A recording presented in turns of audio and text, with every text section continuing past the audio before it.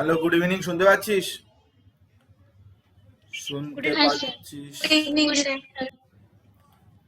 আচ্ছা, যেটা কাজের কথা সেটা হচ্ছে যে আমরা কেমিক্যাল বন্ড তার লেকচার নাম্বার 2 হয়েছিল। আমরা লুইস ইলেকট্রন ডট স্ট্রাকচার বলেছিলাম যে কিভাবে বের করতে হয়, তার নিয়ম কানুন বলেছিলাম, ইত্যাদি বলেছিলাম। তো আজকে আরো ইম্পর্টেন্ট কিছু ব্যাপার স্যাপার চলে আসছে। মোস্ট ইম্পর্টেন্ট হচ্ছে আজকে হাইব্রিডাইজেশন এবং ভ্যালেন্স বন্ড থিওরি, দুটো থিওরি কিন্তু দুটো পার্টি ভীষণ গুরুত্বপূর্ণ। তো সেটা নিয়ে আমরা আজকে ডিসকাস করতে যাচ্ছি উইদাউট ওয়েস্টিং টাইম। তো আমাদের সেই জন্য আজকে আলোচনার বিষয়বস্তু যেটা সেটা হচ্ছে পরিষ্কারভাবে ভ্যালেন্স বন্ড থিওরিটা আমরা প্রথমে পড়বো, ভ্যালেন্স বন্ড থিওরি যেটা আগের দিনকার হয়নি। তারপরে হাইব্রিডাইজেশন, এবং হাইব্রিডাইজেশনটাই অনেক বড়, অ্যান্ড আফটার দ্যাট ভিএসিপিআর থিওরি। তো হাইব্রিডাইজেশন পার্টটা খুবই গুরুত্বপূর্ণ এবং আমি সম্পূর্ণ ডিফারেন্ট ওয়েতে হাইব্রিডাইজেশন পড়াবো, যেটা কিনা নিটের পক্ষে ভীষণ ভীষণ ইউজফুল হবে। যে কোনো কম্পাউন্ডের হাইব্রিডাইজেশন বের করার অনেক রকম নিয়ম কানুন আছে, কিন্তু আমি কোনো সেই নিয়ম কানুনের দিকে যাব না। আমি একদম ডিফারেন্ট ওয়েতে, আমি কোনো নিয়ম কানুন বলবো না, আমি কনসেপ্টের উপর বেস করে হাইব্রিডাইজেশন কিভাবে তুই যে কোনো কম্পাউন্ড বানাতে পারিস এবং সেই কম্পাউন্ড বানিয়ে কিভাবে হাইব্রিডাইজেশন করতে পারিস, একটা ইউনিক আমি টেকনিক বলবো হাইব্রিডাইজেশনে যাওয়ার পরে। তবে সেগুলো একটু কনসেপশন জরুরি। আমি কখনোই একটা ফর্মুলা তার মধ্যে বসিয়ে দাও এরকম যেরকম বইতে লেখা থাকে বা সবাই যেরকম ভাবে বলে, আমি কিন্তু সেই ব্যাপারটা করতে চাইছি না। আমি রাদার একটু কনসেপশনের উপর বেস করেই বিষয়টা আলোচনা করতে চাইছি। তো চল আজকে প্রথমে আমরা ভ্যালেন্স বন্ড থিওরি, যে থিওরিটা আছে সেই থিওরির কথা বলবো, কিন্তু তার আগে আগের দিনকার কিছু ইম্পর্টেন্ট কম্পাউন্ডের কথা বলেছিলাম, যে কম্পাউন্ড লাস্ট 10 বছর, 10 বছর কেন 15 বছরই ধর, যত রকমের স্ট্রাকচার রিলেটেড প্রশ্ন এসছে তা এই কটা কম্পাউন্ড থেকে এসছে। যে কম্পাউন্ডের লিস্টও আমি তোর কাছে দিয়েছিলাম, তাদের স্ট্রাকচারগুলো মনে হয় আমার লিখে দেওয়া উচিত, কারণ তোকে আবার স্ট্রাকচার খুঁজতে হবে, ইত্যাদিতে নানান রকম ব্যাপার হবে। তো আমরা এই সমস্ত মলিকুলের স্ট্রাকচারগুলো আজকে লিখে দিচ্ছি। লিখে নে, কারণ আগের দিনকার আমরা পিডিএফ এর মধ্যে এই কম্পাউন্ডগুলো দিয়ে দিয়েছিলাম কিন্তু স্ট্রাকচার দেওয়া হয়নি।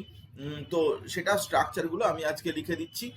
যেরকম ওয়াটার, এটা তো সবাই আমরা জানি যে ওয়াটার ওয়াটার এরকম ভাবে। এখন তুই কিভাবে স্ট্রাকচারটা পড়বি দেখ, 2014-তে ওয়াটারের স্ট্রাকচার দিয়ে প্রশ্ন দিল যে what is the ratio of bond pair and lone pair in water. আমি এই ব্যাপারগুলোর কথা বলছি, যে স্ট্রাকচারটা তুই জানলে ব্যাপারটা অটোমেটিক্যালি হয়ে যাবে। তাহলে what is the ratio of bond pair and lone pair in water, তো সেটা কিন্তু বন্ড পেয়ার দুটো আছে, লোন পেয়ার দুটো আছে, তাহলে রেশিওটা 1 হবে। তাই স্ট্রাকচারটা ভালো করে দেখা জরুরি, এবং কি ধরনের বন্ড আছে, কতগুলো বন্ড পেয়ার আছে, কতগুলো লোন পেয়ার আছে, ইত্যাদি ব্যাপারটা জরুরি। কিন্তু এখানে বন্ড অ্যাঙ্গেল বা স্ট্রাকচারের নাম এগুলো কিন্তু আসছে না, কারণ লুইস ইলেকট্রন ডট স্ট্রাকচার দিয়ে যে স্ট্রাকচারগুলো আসছে তার মধ্যে কোনো স্ট্রাকচারের ব্যাপার, মানে তার মধ্যে 3 ডাইমেনশনাল কোনো ব্যাপার নেই। সেই জন্য আমরা বন্ড অ্যাঙ্গেল বা তার 3 ডাইমেনশনাল স্ট্রাকচার কেমন হবে সেই ব্যাপারটা রিলেটেড প্রশ্নের কথা আমি বলছি না, আমি সেটা পরে আসছি। আজকে আমি সে নিয়ে বলবো। কিন্তু এখানে হাইড্রোজেন পেরক্সাইডের স্ট্রাকচার ও হাইড্রোজেন, এখানে লোন পেয়ার বসিয়ে দিলাম, লোন পেয়ারগুলো হিসাব করে বসিয়ে দিস। অনেক সময় লোন পেয়ারটা আমি নাও বসাতে পারি, কিন্তু তুই হাইড্রোনিয়াম আয়ন 3টে হাইড্রোজেন এরকম ভাবে দিয়ে দিলাম, অক্সিজেনের মাথায় প্লাস দিয়ে দিলাম, একটা লোন পেয়ার রাখলাম। হাইপোক্লোরাস অ্যাসিড HOCl, HOOCl এর মাথায় 3টে লোন পেয়ার আছে। লোন পেয়ারগুলো বন্ড পেয়ারগুলো ভীষণ জরুরি, মানে কার কত লোন পেয়ার আছে কার কত বন্ড পেয়ার আছে এটা ভীষণ জরুরি। যদি তোর লোন পেয়ার অসুবিধা হয় তাহলে আমি তোকে একদমই বলবো যে খুব সিম্পল ওয়েতে চল, যে লোন পেয়ার কতগুলো আছে সেগুলো কিন্তু তুই বুঝতে পারিস। সেটা কিভাবে বুঝবি না, valence electron minus bond pair divided by 2 করলেই কিন্তু তুই লোন পেয়ারের নাম্বারটা পেয়ে যাবি। Valence electron minus lone pair করলেই কিন্তু তার বন্ড পেয়ার মানে এখানে সিগমা বন্ড, সবসময় সিগমা বন্ডই বোঝাবে সিগমা বন্ড পাই বন্ড কি আমি আজকে বলবো। তো valence electron minus bond pair divided by 2 হয়ে যাবে কিন্তু লোন পেয়ার। লোন পেয়ারের নাম্বারটা এই ফর্মুলা দিয়ে তুই বের করতে পারিস। তো যে কোনো জায়গায় এই ফর্মুলা কাজে লাগবে। পিডিএফ যাবে নাকি আলাদা করে স্ক্রিনশট তুলতে হবে? চলে যাবে। এটা তো আমি পাওয়ার পয়েন্টে লিখছি, আমি তোকে দেখে দিচ্ছি যে আমি এটা যেটা লিখছি পাওয়ার পয়েন্টে। এবার যখন আমি এইখানটায় ক্লিক করে এই জায়গাটা খুলে যখন লিখি এই রকম ভাবে একটা ডিফারেন্ট এই জায়গাটা যখন আমি লিখি, তখন কিন্তু সেটা আর কিন্তু স্ক্রিন মানে যখন আমি পিডিএফ করি তার মধ্যে যায় না। এটা হচ্ছে টেম্পোরারি বোর্ড। এই জায়গাটা যখন লিখবো তখন যাবে না, কিন্তু যেই এখান থেকে ক্লিক করে আমি যখন এইখানটা আসবো যেটা তোকে পড়াচ্ছি, এইখানের মধ্যে যা লিখবো সব চলে আসবে। কিন্তু যেই আমি এখানে এই ভি বলে লেখা আছে এখানে একটা ডিফারেন্ট বোর্ডে যাচ্ছে, এইখানটায় কি আমি পড়াচ্ছি, তখনই কিন্তু যা কিছু লিখছি এই জায়গাটায় এখানে পেজ চেঞ্জ করছি, এগুলো পেজ চেঞ্জ করছি এসব লিখছি, তারপরে পেজ চেঞ্জ করছি এসব লিখছি, এইগুলো কিন্তু তোর ওইখানে যাবে না। কিন্তু এইখানে যেখানে আমার স্লাইডগুলো করা আছে, স্লাইডগুলো দিয়ে পড়াচ্ছি, তখন কিন্তু সেটা চলে যাবে, কোনো অসুবিধার কিছু নেই। মানে এখন যেটা তুই দেখছিস সেটা চলে যাবে, কিন্তু আমি যখন বোর্ডটা চেঞ্জ করব তুই দেখতে পাবি এই যে কোণের যে এই জিনিসটা রয়েছে, এই যে কোণের এইটা দিয়ে আমি আমার বোর্ডটা চেঞ্জ করছি, একটা ডিফারেন্ট সফটওয়্যার ইউজ করছি। তো সফটওয়্যার যখন ইউজ করতে যাব তখন কিন্তু ওটা আলাদা জায়গায়, ওটা টেম্পোরারি ফোল্ডার আর কি, ওটা টেম্পোরারি ফোল্ডার, সেই জন্য ওটা যায় না। তো পারক্লোরিক অ্যাসিড বা পারক্লোরেট আয়ন যাই বলিস না কেন, এটা HOCl, যত এটার উপরে পারক্লোরেট আয়ন কতগুলো সিগমা বন্ড আছে, কতগুলো পাই বন্ড আছে, তাদের রেশিও ফেশিও হ্যানা তানা অনেক রকমের কোশ্চেন। দেখেন লোন পেয়ার মেরে দে, অসুবিধার কিছু নেই, লোন পেয়ার এটা দিয়ে দিতে পারিস। তো water, hydrogen peroxide, hydronium ion, hypochlorous acid, perchloric acid, প্রত্যেকটা স্ট্রাকচার কিন্তু গুরুত্বপূর্ণ। আমি ভালো করে হিসাব করে দেখেছি যে স্ট্রাকচার রিলেটেড সব প্রশ্ন কিন্তু এই কটার উপর রয়েছে। 30টা আমার কম্পাউন্ড হয়ে গেছে সব বাছাবাছি করতে গিয়ে। তো পারক্লোরিক অ্যানহাইড্রাইড, অ্যানহাইড্রাইড হচ্ছে দুটো অ্যাসিড থেকে একটা জল বের করে দেওয়ার পরে যেটা হয় সেটাই হচ্ছে পারক্লোরিক অ্যানহাইড্রাইড হয়। তো আমরা পারক্লোরিক অ্যানহাইড্রাইডের স্ট্রাকচারটা যদি করি তাহলে এটা হবে Cl ডাবল বন্ড O, এখানে double bond O, Cl double bond O, double bond O, মাঝখানে কিন্তু এখানে লোন পেয়ার করছে। কতগুলো অক্সিজেনের সাথে পাই বন্ড আছে, কতগুলো পাই বন্ড আছে, কতগুলো সিগমা বন্ড আছে সেগুলো। Sulphur dioxide, so simple, sulphur double bond oxygen, double bond oxygen. Sulphur trioxide কিন্তু আমাদের কাছে ইম্পর্টেন্ট, কারণ সালফার ট্রাইঅক্সাইডটা কিন্তু দুটো স্ট্রাকচার আছে সালফার ট্রাইঅক্সাইডের, বারবার দেয়। তো সালফার ট্রাইঅক্সাইডের একটা স্ট্রাকচারটা তো সো ইজি, যে সালফারের সাথে তিনটে অক্সিজেনের এরকম ভাবে রয়েছে, কিন্তু একটা ট্রাইমার রয়েছে, সেটা হচ্ছে sulphur trioxide in solid state. এটা কিন্তু তুই খেয়াল রাখবি, সেটা হচ্ছে এরকম sulphur double bond oxygen, single bond sulphur double bond oxygen, এখানে অক্সিজেন, এখানে সালফার ডাবল বন্ড অক্সিজেন, এখানে অক্সিজেন, এখানে। এইটা হচ্ছে কি না, এ দেখ 1 2 3 4 5 6 7 8, এই স্ট্রাকচারটা অনেকবার দিয়েছে যে S3O9, এইটা স্ট্রাকচারটা, এটা অ্যাকচুয়ালি ট্রাইমার, সালফার ট্রাইঅক্সাইডের ট্রাইমার। সলিড স্টেটে কিন্তু সালফার ট্রাইঅক্সাইড সলিড স্টেটে এই পার্টিকুলার স্ট্রাকচারটা থাকে। সালফার ডাইঅক্সাইড পারক্লোরিক অ্যাসিড কোনো অসুবিধা নেই। নাইট্রোজেন পেন্টক্সাইড, এটা কিন্তু এখানে একটা অক্সিজেন মাঝখানে একটা লিঙ্কেজ আছে, এবং এইটা একটা কোঅর্ডিনেট লিঙ্কেজ আছে, এটা উল্টো দিকে কোঅর্ডিনেট লিঙ্কেজ গুলো দিবি। এবং নাইট্রোজেন পেন্টক্সাইডের স্ট্রাকচারটা হচ্ছে এরকম ধরনের। পারক্রোমেট হচ্ছে ক্রোমিক অ্যাসিডের তার যে সল্ট, মানে CrO5 2-, সেটা হচ্ছে Cr এরকম ডাবল বন্ড ও, এইবারে O-। এবারে মজাটা হচ্ছে যে এই জায়গাটা কিন্তু একটা পারক্সো লিঙ্কেজ থাকবে, 1 2 3 4 5, এইটা অক্সিজেনের মাথায় মাইনাস আছে, এটার মাথায় মাইনাস আছে। তো এটা CrO5 2- এই অবস্থায় রয়েছে, মানে ক্রোমিক অ্যাসিড যেটা H2CrO5 যেটা, সেটারই সলটা হচ্ছে পারক্রোমেট। তো ভীষণ ভীষণ দরকারি। কটা সিঙ্গেল বন্ড আছে, কটা পারাক্সল লিঙ্কেজ আছে, সবগুলো কিন্তু তোর এখানে খেয়াল করতে হবে। নেক্সট আমরা চলে আসছি পরের ইয়েতে চলে আসছি। সেখানে দেখ যে আরো কিছু কম্পাউন্ড আছে, যেরকম chromyl chloride, CrO2 Cl2। Chromyl chloride structure কি? Cr, এখানে ডাবল বন্ড ও দে, এখানে ডাবল বন্ড ও দে, single bond Cl, single bond Cl, এটা হচ্ছে chromyl chloride. Carbonic acid, carbonic অ্যাসিডও খুব ভীষণ সোজা, এখানে OH আর OH। এখানে অক্সিজেনের মাথায় নিশ্চয়ই তুই লোন পেয়ার দিতে পারবি, অক্সিজেনের মাথায় যতগুলো ইলেকট্রন আছে, তো লোন পেয়ার দিতে পারবি। Carbon suboxide, very very important, very important, carbon suboxide. এই কম্পাউন্ডটা কিন্তু তুই অবশ্যই মনে রাখবি যে 3টে কার্বন এরকম ধরনের করে থাকে, আর এদিকে একটা অক্সিজেন, এদিকে একটা অক্সিজেন, কার্বন সাবঅক্সাইড। সেটা হচ্ছে C3O2, কার্বন সাবঅক্সাইডের স্ট্রাকচার। কতগুলো সিগমা বন্ড আছে, কতগুলো পাই বন্ড আছে, কিভাবে কার্বনের সাথে কার্বনের কতগুলো বন্ড আছে, এরকম ধরনের। তোকে তার স্ট্রাকচার লিখতে দেবে না, তোকে স্ট্রাকচার রিলেটেড কোশ্চেন জিজ্ঞাসা করবে। এখানে সালফিউরিক ক্লোরাইড দুটো এক হয়ে গেছে, সালফিউরিক ক্লোরাইড, তো সেটা তো দরকার নেই। SO2Cl2, অ্যাকচুয়ালি এটা SO2Cl2, sulphur double bond oxide, chromyl ক্লোরাইডের মতো অনেকটাই। Cl, এখানে Cl, একবার দুবার পড়বি, দেখবি প্রচন্ড কাজ দেবে এই স্ট্রাকচার গুলো, ভীষণ ভীষণ কাজে দেবে। আমি তোকে লিখে দিচ্ছি যাতে করে তোর কোনো অসুবিধা না হয়, তুই যাতে এই সব স্ট্রাকচার গুলো দিয়ে যা যা প্রশ্ন আসবে তুই করতে পারবি। আমি ইভেন কোশ্চেন করাবো, তো এর থেকে কোশ্চেন করাবো, স্ট্রাকচার কেমিক্যাল বন্ড থেকে অনেক কোশ্চেন দেবো, ডিপিপি দেবো, ইত্যাদি দেবো। তো এরপরে চলে আয় যে থায়োনিল ক্লোরাইড, মানে SOCl2, SOCl2, S double bond O দিয়ে দিলি, আর এদিকে Cl, এদিকে Cl দিয়ে দিলি। থায়োসালফেট আয়ন, অ্যানাদার একটা ইম্পর্টেন্ট একটা ইয়ে, এটা হচ্ছে অ্যাকচুয়ালি S4O6 2-, এটা হচ্ছে থায়োসালফেট আয়ন। থায়োসালফেট আয়নটা কিভাবে?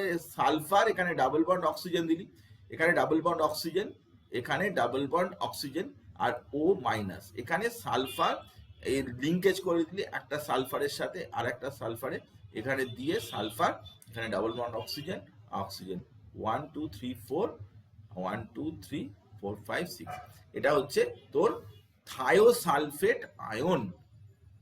হাইড্রাজিন, হাইড্রাজিন মানে NH2NH2, এটা হচ্ছে তোর N, এই হাইড্রোজেন, হাইড্রোজেন দিয়ে দিলি, এর মাথায় একটা লোন পেয়ার মনে করে, নাইট্রোজেন, এর মাথায় একটা লোন পেয়ার, উল্টো দিকে দিবি লোন পেয়ার গুলো। আমরা এ নিয়ে বলবো, পড়াবো নাইট্রোজেনাস কম্পাউন্ডস ইনঅর্গানিক, আবার চ্যাপ্টারে যখন পড়াবো।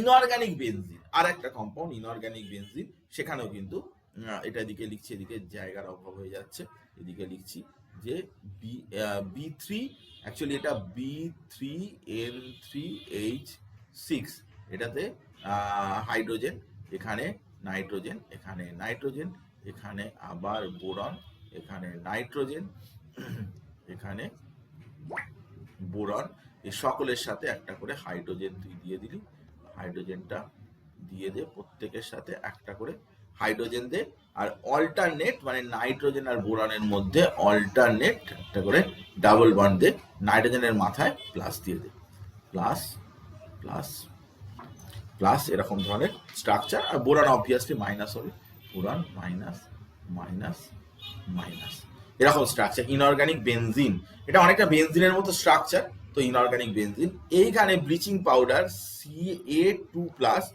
Cl মানে আয়নিক কম্পাউন্ড, OCl-, OCl-, এটা হচ্ছে ionic compound, ionic compound. Ca chloro hypochlorite, Cl OCl, bleaching powder not yet completed, এখনো আছে, আমি তোকে বলে দিচ্ছি। ক্যালসিয়াম কার্বাইড, ক্যালসিয়াম কার্বাইডে বহু জায়গায় লেখা আছে calcium CaC triple bond C, এভাবে স্ট্রাকচার হয় না, এটা ভুল structure. Calcium carbide actually ionic compound, calcium 2+, calcium 2+, আর এখান থেকে কার্বাইড মানে হচ্ছে C ট্রিপল বন্ড C, এটা হচ্ছে এই কার্বনের মাথা মাইনাস, এই কার্বনের মাথায় মাইনাস, এটা হচ্ছে কার্বাইড পার্ট। ওজোন আর একটা গুরুত্বপূর্ণ, এখানে ডাবল বন্ড একটা অক্সিজেনের সাথে, এটা কিন্তু সিঙ্গেল বন্ড, এখানে 3 জোড়া লোন পেয়ার থাকবে, এখানে 1 জোড়া, আর এখানে 2 জোড়া লোন পেয়ার আছে। ফসফরাস, ফসফরাস হচ্ছে তোর P4 মলিকুল, যেটা হোয়াইট ফসফরাস, সেটা এরকম ভাবে থাকবে সালফার S8 মলিকিউল, সেটা এরকম করে এরকম sulphur sulphur sulphur sulphur sulphur sulphur sulphur sulphur. Nitrosyl chloride, এটা একটা ইম্পর্টেন্ট, একটা বহু কোশ্চেন থাকে দেখবি, টিলডেন রিয়েজেন্ট NOCl, নাইট্রোসিল ক্লোরাইড। এখানে হচ্ছে নাইট্রোজেনের মাথায় লোন পেয়ারটা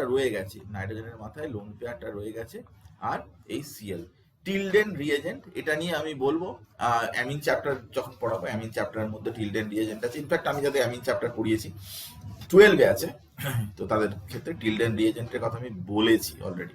তো 25 হলো নেক্সট সেটা হচ্ছে কপার সালফেট, কপার 2+, আর SO4 2-, O-, এটা SO4 2-। আচ্ছা, পটাশিয়াম পার ম্যাঙ্গানেট, এইটা কিন্তু K+, MnO4-। আচ্ছা, MnO4-। আচ্ছা, তোরা তো অনেকেই হাইব্রিডাইজেশন জানিস, আমি শুধু একটা প্রশ্ন জিজ্ঞাসা করতে চাই, জানিস কিনা আমি জানার জন্য, সেটা হচ্ছে KMnO4 এ ম্যাঙ্গানিজের হাইব্রিডাইজেশন কি? আমি তোকে অপশন দিচ্ছি, sp3, sp2, sp3d, none of these। কি হাইব্রিডাইজেশন, ম্যাঙ্গানিজের হাইব্রিডাইজেশন কি হবে, দেখি তো বলতে পারিস কিনা। পটাশিয়াম পারম্যাঙ্গানেটে ম্যাঙ্গানিজের কি হাইব্রিডাইজেশন বলতে পারবি? কারো জানা আছে এই ম্যাঙ্গানিজটা কি হাইব্রিডাইজেশন? sp3। কে বললি এটা? স্বাস্তিকা। আচ্ছা, ঠিক আছে, আমি এক্সপেক্ট করিনি যে তুই বলবি, কারণ তোর এখনো sp3d হবে। sp3d পাঁচটা কোথায় দেখতে পাচ্ছিস? 1 2 3 4টে, তো আবার বন্ড গুনলেও তো বেশি। যাকে, আচ্ছা, এই হাইব্রিডাইজেশনটা তুই জানিস না, তোর জানা নেই, আমি ইচ্ছাকৃতভাবে এরকম ভাবে প্রশ্ন দিয়েছি। এটা অ্যাকচুয়ালি D3S বলে একটা হাইব্রিডাইজেশন আছে, D3S বলে একটা হাইব্রিডাইজেশন আছে, যেটা আমি তোকে পড়াবো, যেটা আমাদের এখানে সিলেবাসে আছে। D3S, যেটা কিনা পটাশিয়াম পারম্যাঙ্গানেট এবং পটাশিয়াম ডাইক্রোমেটেও কিন্তু এই দুটো জায়গায় আমি তোকে জানার জন্য বলে রাখলাম, তুই যেন কোনোদিন ভুল করিস না। পটাশিয়াম পারম্যাঙ্গানেট এবং পটাশিয়াম ডাইক্রোমেটে যে হাইব্রিডাইজেশন হয়, সেটা আমি খুব যত্ন সহকারে আমি তোকে বলছি যে D3S এই হাইব্রিডাইজেশনটা হয়। এখানে অনেক কিছু ব্যাপার রয়েছে, যে ব্যাপার তোর সাথে আমার ডিসকাশনের আছে। ডি ব্লক এলিমেন্টসের একটা কম্পাউন্ড হিসাবে হাইব্রিডাইজেশন বের করাটাই মানে একটা বিশাল ব্যাপার। তো সেটা না হলেও আমি বলতে পারি তোকে, যে ইনফরমেশন হিসাবে আপাতত আমি তোকে দিতে পারি যে D3S হাইব্রিডাইজেশন এর ক্ষেত্রে হয় ভীষণ আনকমন একটা হাইব্রিডাইজেশন, যে হাইব্রিডাইজেশনটা কিন্তু জেনারেলি কোনো কম্পাউন্ডে দেখা যায় না, খুব কমই কম্পাউন্ড আছে। আমার জানকারির মধ্যে হয়তো অনেক কম্পাউন্ড আছে, কিন্তু তুই জানিস এরকম কম্পাউন্ড পটাশিয়াম ডাইক্রোমেট আর পটাশিয়াম পারম্যাঙ্গানেট। আমি তোকে পরে এ নিয়ে ডিটেলে আসবো। এটা হচ্ছে অ্যাকচুয়ালি D3। এগুলো কোনোটাই অপশন কারেক্ট নয়, এই নান অফ দিস অপশনটা কারেক্ট। তো পটাশিয়াম ডাইক্রোমেটে পটাশিয়াম প্লাস হয়ে গেল। ডাইক্রোমেটের স্ট্রাকচার হচ্ছে, খুব ভালো করে মনে রাখবি, ক্রোমিয়াম, এখানে ডাবল বন্ড ক্রোমিয়াম, এখানে অক্সিজেন মাইনাস, এখানে মাঝখানে একটা oxygen, chromium double bond oxygen, আর এখানে মাঝখানে লোন পেয়ার রয়েছে। Potassium cyanide K+, C triple bond N, কিন্তু কার্বনের মাথায় মাইনাস, নাইট্রোজেনের মাথায় মাইনাস নয়, কিন্তু নাইট্রোজেনের মাথায় কিন্তু লোন পেয়ার। তো ট্রাইব্রোমো অক্টা অক্সাইড, এই কম্পাউন্ডটা আমি তোকে দেখাচ্ছি, এইটা কিন্তু অনেকবারই ট্রাইব্রোমো অক্টা অক্সাইড দিয়েছে। তো আমি তোকে স্ট্রাকচারটা দেখাচ্ছি বিআর, বিআর এর সাথে এটার অক্সিডেশন স্টেট বের করতে দেয় ব্রোমিনে। এখানে মাঝখানে বিআর, বিআর, এখানে যারা এখানে 11 এর আছিস তাদেরকে যখন আমি রেডক্স রিয়াকশন পড়াচ্ছিলাম, আমার মনে আছে যে আমি এই কম্পাউন্ডটা অক্সিডেশন স্টেট বের করা শিখিয়েছিলাম, যেটা কিন্তু অ্যাকচুয়ালি নিটের কোশ্চেন, যে এই কম্পাউন্ডটা Br3O8, এই কম্পাউন্ডটা হচ্ছে Br3O8 এই কম্পাউন্ডটা। তো তোকে আমি বেশ কিছু কম্পাউন্ড দেখালাম যার স্ট্রাকচার রিলেটেড কোশ্চেন দেয়, যেগুলো লাস্ট কয়েক বছরে দিচ্ছে, লাস্ট কয়েক বছরে এই স্ট্রাকচারের ব্যাপারগুলো দিচ্ছে। তো আমি সেগুলো একটু স্ট্রাকচারগুলো জাস্ট জানালাম। এ নিয়ে স্যার বাকি অক্সিজেন গুলোর মাথায় কি লোন পেয়ার গুলো দিয়ে, হ্যাঁ অক্সিজেনের মাথায় আমি লোন পেয়ার দিচ্ছি না, কিন্তু লোন পেয়ার যেখানে ডাবল বন্ড আছে সেখানে নিশ্চয়ই লোন পেয়ার আছে। হ্যাঁ, লুইস ইলেকট্রন ডট স্ট্রাকচার করলেই তুই বুঝতে পেরে যাবি কোথায় লোন পেয়ার আছে। আমি এতগুলো কম্পাউন্ডের স্ট্রাকচার লিখলাম বলে তাড়াতাড়ি করে লিখলাম, তো লোন পেয়ারটা অবশ্যই তুই দিতে পারবি। না হলে তুই জাস্ট গুনবি এভাবে যে ভ্যালেন্স ইলেকট্রন ওর বাইরের সেলে কটা ইলেকট্রন আছে মাইনাস সিগমা বন্ড, মানে সিগমা বন্ড পেয়ার কতগুলো ডিভাইডেড বাই 2 করে দিবি, করলেই লোন পেয়ার তুই পেয়ে যাবি। সিম্পল হিসাব। আমি সেটা আগে লিখেওছি আর কি। যাকে এবারে আমরা কয়েকটা বিষয় নিয়ে চলে আসছি, সেটা হচ্ছে যে আমাদের যে লুইস ইলেকট্রন ডট স্ট্রাকচার পড়াচ্ছিলাম সেটা কেন বাদ হয়ে গেল না, বাদ হয়ে গেল তার পিছনে কারণ হচ্ছে যে সেটা কিন্তু অনেক ক্ষেত্রেই অ্যাপ্লিকেবল নয়। যেরকম ধর আমরা 4 or 6 electron around the central atom, central অ্যাটমের চারিধারে কিন্তু 4টে বা 6টা ইলেকট্রন যদি থাকে, তাহলে কিন্তু সেখানে এখানে দেখ যে দুটো 4টে ইলেকট্রন আছে, বেরিলিয়ামের 4টে ইলেকট্রন আছে, কিন্তু এ খুব স্টেবল কম্পাউন্ড, বা এখানে 6টা ইলেকট্রন আছে, এ কিন্তু স্টেবল কম্পাউন্ড 6টা। তো এরা জেনারেলি লুইস অ্যাসিড হয়, মানে number of electron on central atom less than 8, তারা জেনারেলি লুইস অ্যাসিড, এরা লুইস অ্যাসিড হয়। কিন্তু ঘটনাটা হচ্ছে যে শুধু কি এরাই লুইস অ্যাসিড হয়, আর কারোর কেউ কি লুইস অ্যাসিড হবে? হ্যাঁ, এটা 1 নম্বর পয়েন্ট। এবং 2 নম্বর পয়েন্ট হচ্ছে if they have vacant d orbital, তাহলেও তারা লুইস অ্যাসিড হয়। এই প্রশ্ন অনেকবার নিটে জিজ্ঞাসা করেছে যে লুইস অ্যাসিড হওয়ার জন্য কন্ডিশন কি কারণে লুইস অ্যাসিড হয়। তো ইলেকট্রন পেয়ার নিতে পারে, ইলেকট্রন পেয়ার নেওয়ার জন্য দুটো ব্যাপার থাকতে পারে, সেটা হচ্ছে যে একটা হচ্ছে ওর অক্টেট স্যাচুরেশন হয়নি, অক্টেট কমপ্লিশন হয়নি, তাহলে হতে পারে, অথবা তার ভেকেন্ট ডি অরবিটাল আছে, তাহলে হতে পারে। সেকেন্ড পয়েন্ট হচ্ছে যেটা আমরা চলে যাব, সেটা হচ্ছে কি না 7 electron around central atom, odd electron species বলে একটা কথা আছে, অড ইলেকট্রন স্পিসিস। তো অড ইলেকট্রন স্পিসিস যদি 7টা ইলেকট্রন থাকে বাইরে, এরকম কিছু কিছু মলিকিউল আমি তোকে দেখাতে পারি যে মলিকিউল কিন্তু যাদের বাইরের সেলে কিন্তু 7টা ইলেকট্রন আছে। এখানে তুই দেখতে পাচ্ছিস যে Cl2O, ক্লোরিন ডাইঅক্সাইড, Cl2O, এটা হচ্ছে একটা অড ইলেকট্রন স্পিসিস। অনেক সময় অনেকগুলো অপশন দিয়ে তোকে বলতে বলে যে এর মধ্যে অড ইলেকট্রন স্পিসিস কে হবে বলো। তো যে কোনো র্যাডিক্যাল, মানে ডাটায় ডট দেওয়া রয়েছে, ধর CH3 র্যাডিক্যাল, এ হচ্ছে অড ইলেকট্রন, যে কোনো অড ইলেকট্রন। এছাড়াও আমি তোকে এখানে কিছু এক্সাম্পল দিচ্ছি, NO অড ইলেকট্রন এবং ইভেন NO2, এটাও কিন্তু অড ইলেকট্রন স্পিসিস। শুধু NO নয়, NO2 ও অড ইলেকট্রন স্পিসিস। NO2 এর মাথাতেও কিন্তু একটা অড ইলেকট্রন রয়েছে। এই আনপেয়ার্ড ইলেকট্রন এরকম থাকলে এরা ভীষণ আনস্টেবল হয়। যেরকম NO2, এটা কিন্তু ব্রাউন কালারের, কিন্তু দেখা যায় যে অন স্ট্যান্ডিং এটা N2O4 হয়ে যায়, যেটা কালারলেস। এমনি ঠান্ডা অবস্থায় রেখে দিলে এটা N2O4 হয়ে যায়, কারণ এর মাথায় যে লোন ইলেকট্রন আছে, যে আনপেয়ার্ড ইলেকট্রন রয়েছে, সেটা কিন্তু ভীষণ আনস্টেবল। সেই জন্য এটার থেকে এটা কনভার্সন হয়, এটা কম্পারেটিভলি স্টেবল মলিকিউল, সেই জন্য N2O4 কালারলেস তৈরি হয়ে যায়, NO2 ডাইমারাইজড হয়। তো বেশিরভাগ ক্ষেত্রে দেখা যায় যে যাদের অড ইলেকট্রন থাকে তারা কিন্তু ডাইমার কন্ডিশনে চলে যায়, ডাইমার হয়ে যায়। তো এখানে যেরকম আমি থেকে Na2 এক্সাম্পল দেখালাম, N2O4। তো কোথা থেকে কিরকম ধরনের কোশ্চেন আসতে পারে, any species with an unpaired electron is called free radical. যদি আনপেয়ার্ড ইলেকট্রন থাকে that will be called as free radical.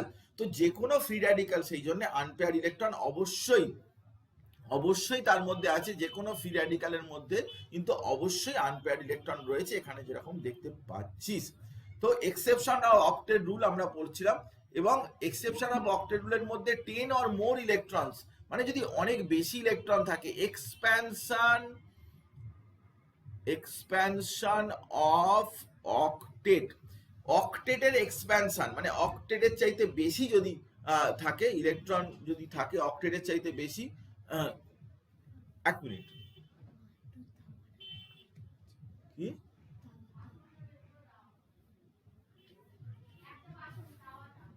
তো এখানে যেরকম 10টা ইলেকট্রন, এখানে ফসফরাস, এটা এটা এটা এটা সেন্ট্রাল অ্যাটম, PCl5, তাহলে Cl, এখানে 10টা ইলেকট্রন রয়েছে। এখানে 1টা 2টো 3টে 4টে 5টা 6টা 7টা 8টা 9টা 10টা, কিংবা এখানে 12টা ইলেকট্রন রয়েছে, SF6 এখানে 12টা ইলেকট্রন রয়েছে, IF7 যদি তুই যাস সেখানে 14টা ইলেকট্রন রয়েছে। তো এরকম নাম্বার অফ ইলেকট্রন কিন্তু যাদের থাকে তাদের ক্ষেত্রে কিন্তু অক্টেট রুল স্যাটিসফাইড হচ্ছে না। তো সেই হিসাবে দেখতে গেলে কিন্তু এটা সমস্ত এইগুলোকে ওভারকাম করার জন্য, এবং যেহেতু লুইসের ক্ষেত্রে আমরা কোনো স্ট্রাকচারের আইডিয়া পাই না, সেই জন্য আমরা এখন যেটা নিয়ে ডিসকাস করব সেটা হচ্ছে ভ্যালেন্স বন্ড থিওরি। তাহলে 1 মিনিট আমি আসছি, 1 মিনিট আসছি।